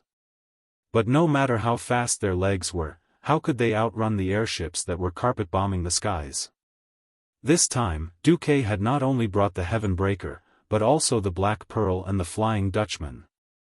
There were also 2 less technologically advanced airships, the Little Boy and the Fatty, that were used for bombing. These 2 bombardment airships looked a little like a big-bellied goldfish. Apart from the 2 huge propellers, the only other thing was a fat hull. But in terms of bomb capacity, these 2 bombardment airships were no less than the Heaven Breaker. As they slowly advanced at a speed of 30 kilometers per hour, they dropped 250, 500, and 1,000 pounds of bombs like fish ovulating eggs. Asterisk boom. Asterisk boom. Asterisk it was an earth-shattering shock. It was a deafening explosion. No matter how fast the trolls' legs were, they could not outrun the shockwaves of the explosion. Their escape was just to delay their deaths. Along with the unceasing tremors, everything about the Amani troll empire was erased from the land of Zul Aman. Who cared if you were a brave warrior? A powerful being possessed by a powerful animal spirit? A sturdy stone totem pole? It was Xiao Chao, who was too weak to even stand up to a gust of wind. Everything was destroyed in the face of this overwhelming destructive power. In the next instant, the fire soared into the sky, and the ground caved in. The Zul Thaman, which had been built on a high hill for drainage purposes, was flattened by this terrifying chain of explosions. Standing on the high platform, the chief of the Amani troll empire, Dakra, was completely stunned. He stood there in a daze, watching the scene unfold. He even forgot to dodge. In his dreams, Zwaman would become the capital of the revived Amani Empire. But now, before this dream city could be expanded, it had already started to disappear in the long river of history. So what if he survived? His people, all the elites of the Amani clan, had died in front of him. As the last direct bloodline of the Amani royal family, the demise of the Amani clan meant that the revival of the Amani Empire had come to an end. No, this can't be true. I must be dreaming. Dakra muttered to himself as if he had gone mad. Chief! Hurry up and run. The Amani clan is finished. The warlock Lord Malakas pounced over and tried to pull Dakra away. But at this time, 2 bombs the size of a small house fell from the sky and landed on the largest altar. Bang! The explosion of a 1,000-pound bomb would definitely shake the earth and mountains. In an instant, Dakra's giant bear incarnation was destroyed. Once the bear incarnation that could greatly strengthen his armor disappeared, his remaining 3 incarnations were actually fragile. Suddenly, a few more bombs fell. This time, Dakra did not take it head-on. He transformed into a lynx and tried to dodge. Who knew that he would suddenly find that his movements, which had already become incomparably agile, suddenly slowed down. To the onlookers, this was already in slow motion. Who is it? The only reply he got was the explosion of the bombs. Boom! Dakara's head spun from the explosion. His ears were filled with an ear-piercing buzzing sound. His vision was blurred, and he could not see clearly. But in his daze, he felt that there were no more bombs falling. His instincts told him that a powerful being was descending from the sky. Die! Dakara threw out a rusty machete covered in blood. The funny thing was that his dizziness was so strong that he actually threw the machete at Malaka's head, almost killing his number one fighter in an instant. Ah! The next moment, he heard the Warlock Lord's tragic cry. His vision became a little more normal, and he was immediately shocked to see that Malaka's body was like a porcupine pierced with arrows. In that instant, the Warlock Lord could not be any more dead. Without any hesitation, Dakara used his whirlwind slash. That's right. Since there was no one around him, he might as well attack indiscriminately. He would definitely hit anyway. That was how it should have been. Unfortunately, a ray of golden sword light and a ray of lightning sword light slashed toward him at the same time. Dakara instinctively used his epic-grade machete to meet them. The problem was, those two swords were divine weapons. Dakara was not strong enough to begin with. Moreover, he was not in his best condition after the explosion. He was unable to unleash his full combat power. In the face of the majestic and invincible divine weapons, his epic-grade machete was shattered by the two rays of sword light. With a loud bang, the two rays of sword light flashed past. Dakara's legs below his knees were gone. He knelt heavily on the ground. All of this happened in an instant. A single slash easily broke through his whirlwind chop, and the light from the sword easily shattered his weapon, slicing off Dakara's calf. Ha! Dakara yelled as he waved his arms. His left hand was infused with the strength of the mountain eagle, while his right was infused with the soul of the dragon hawk. Together, he struck the figure in the blue and white robes in front of him. Oh! Lightning and fire? What a coincidence, me too. Dakara had once used the lightning of the mountain eagle to kill 13 high-level elven rangers, and the flames of the dragon hawk to burn 9 elven mages to death. He was very confident in his own strength. Having confidence was a good thing, but in the face of a higher level of mystery, everything was hiss. Nothing. Will. Righteousness. Dakara let out the most agonizing howl he had ever made in the battle. His left hand, which used lightning, was instantly charred by the stronger lightning, while his right hand, which used fire, was slowly burned away inch by inch, leaving behind only his blackened bones. In less than 10 seconds, the great Amani chief Dakara had been reduced to a human scoundrel. Two powerful armored hands pressed down on him, one on the left and the other on the right, trying to force him to kneel on the ground.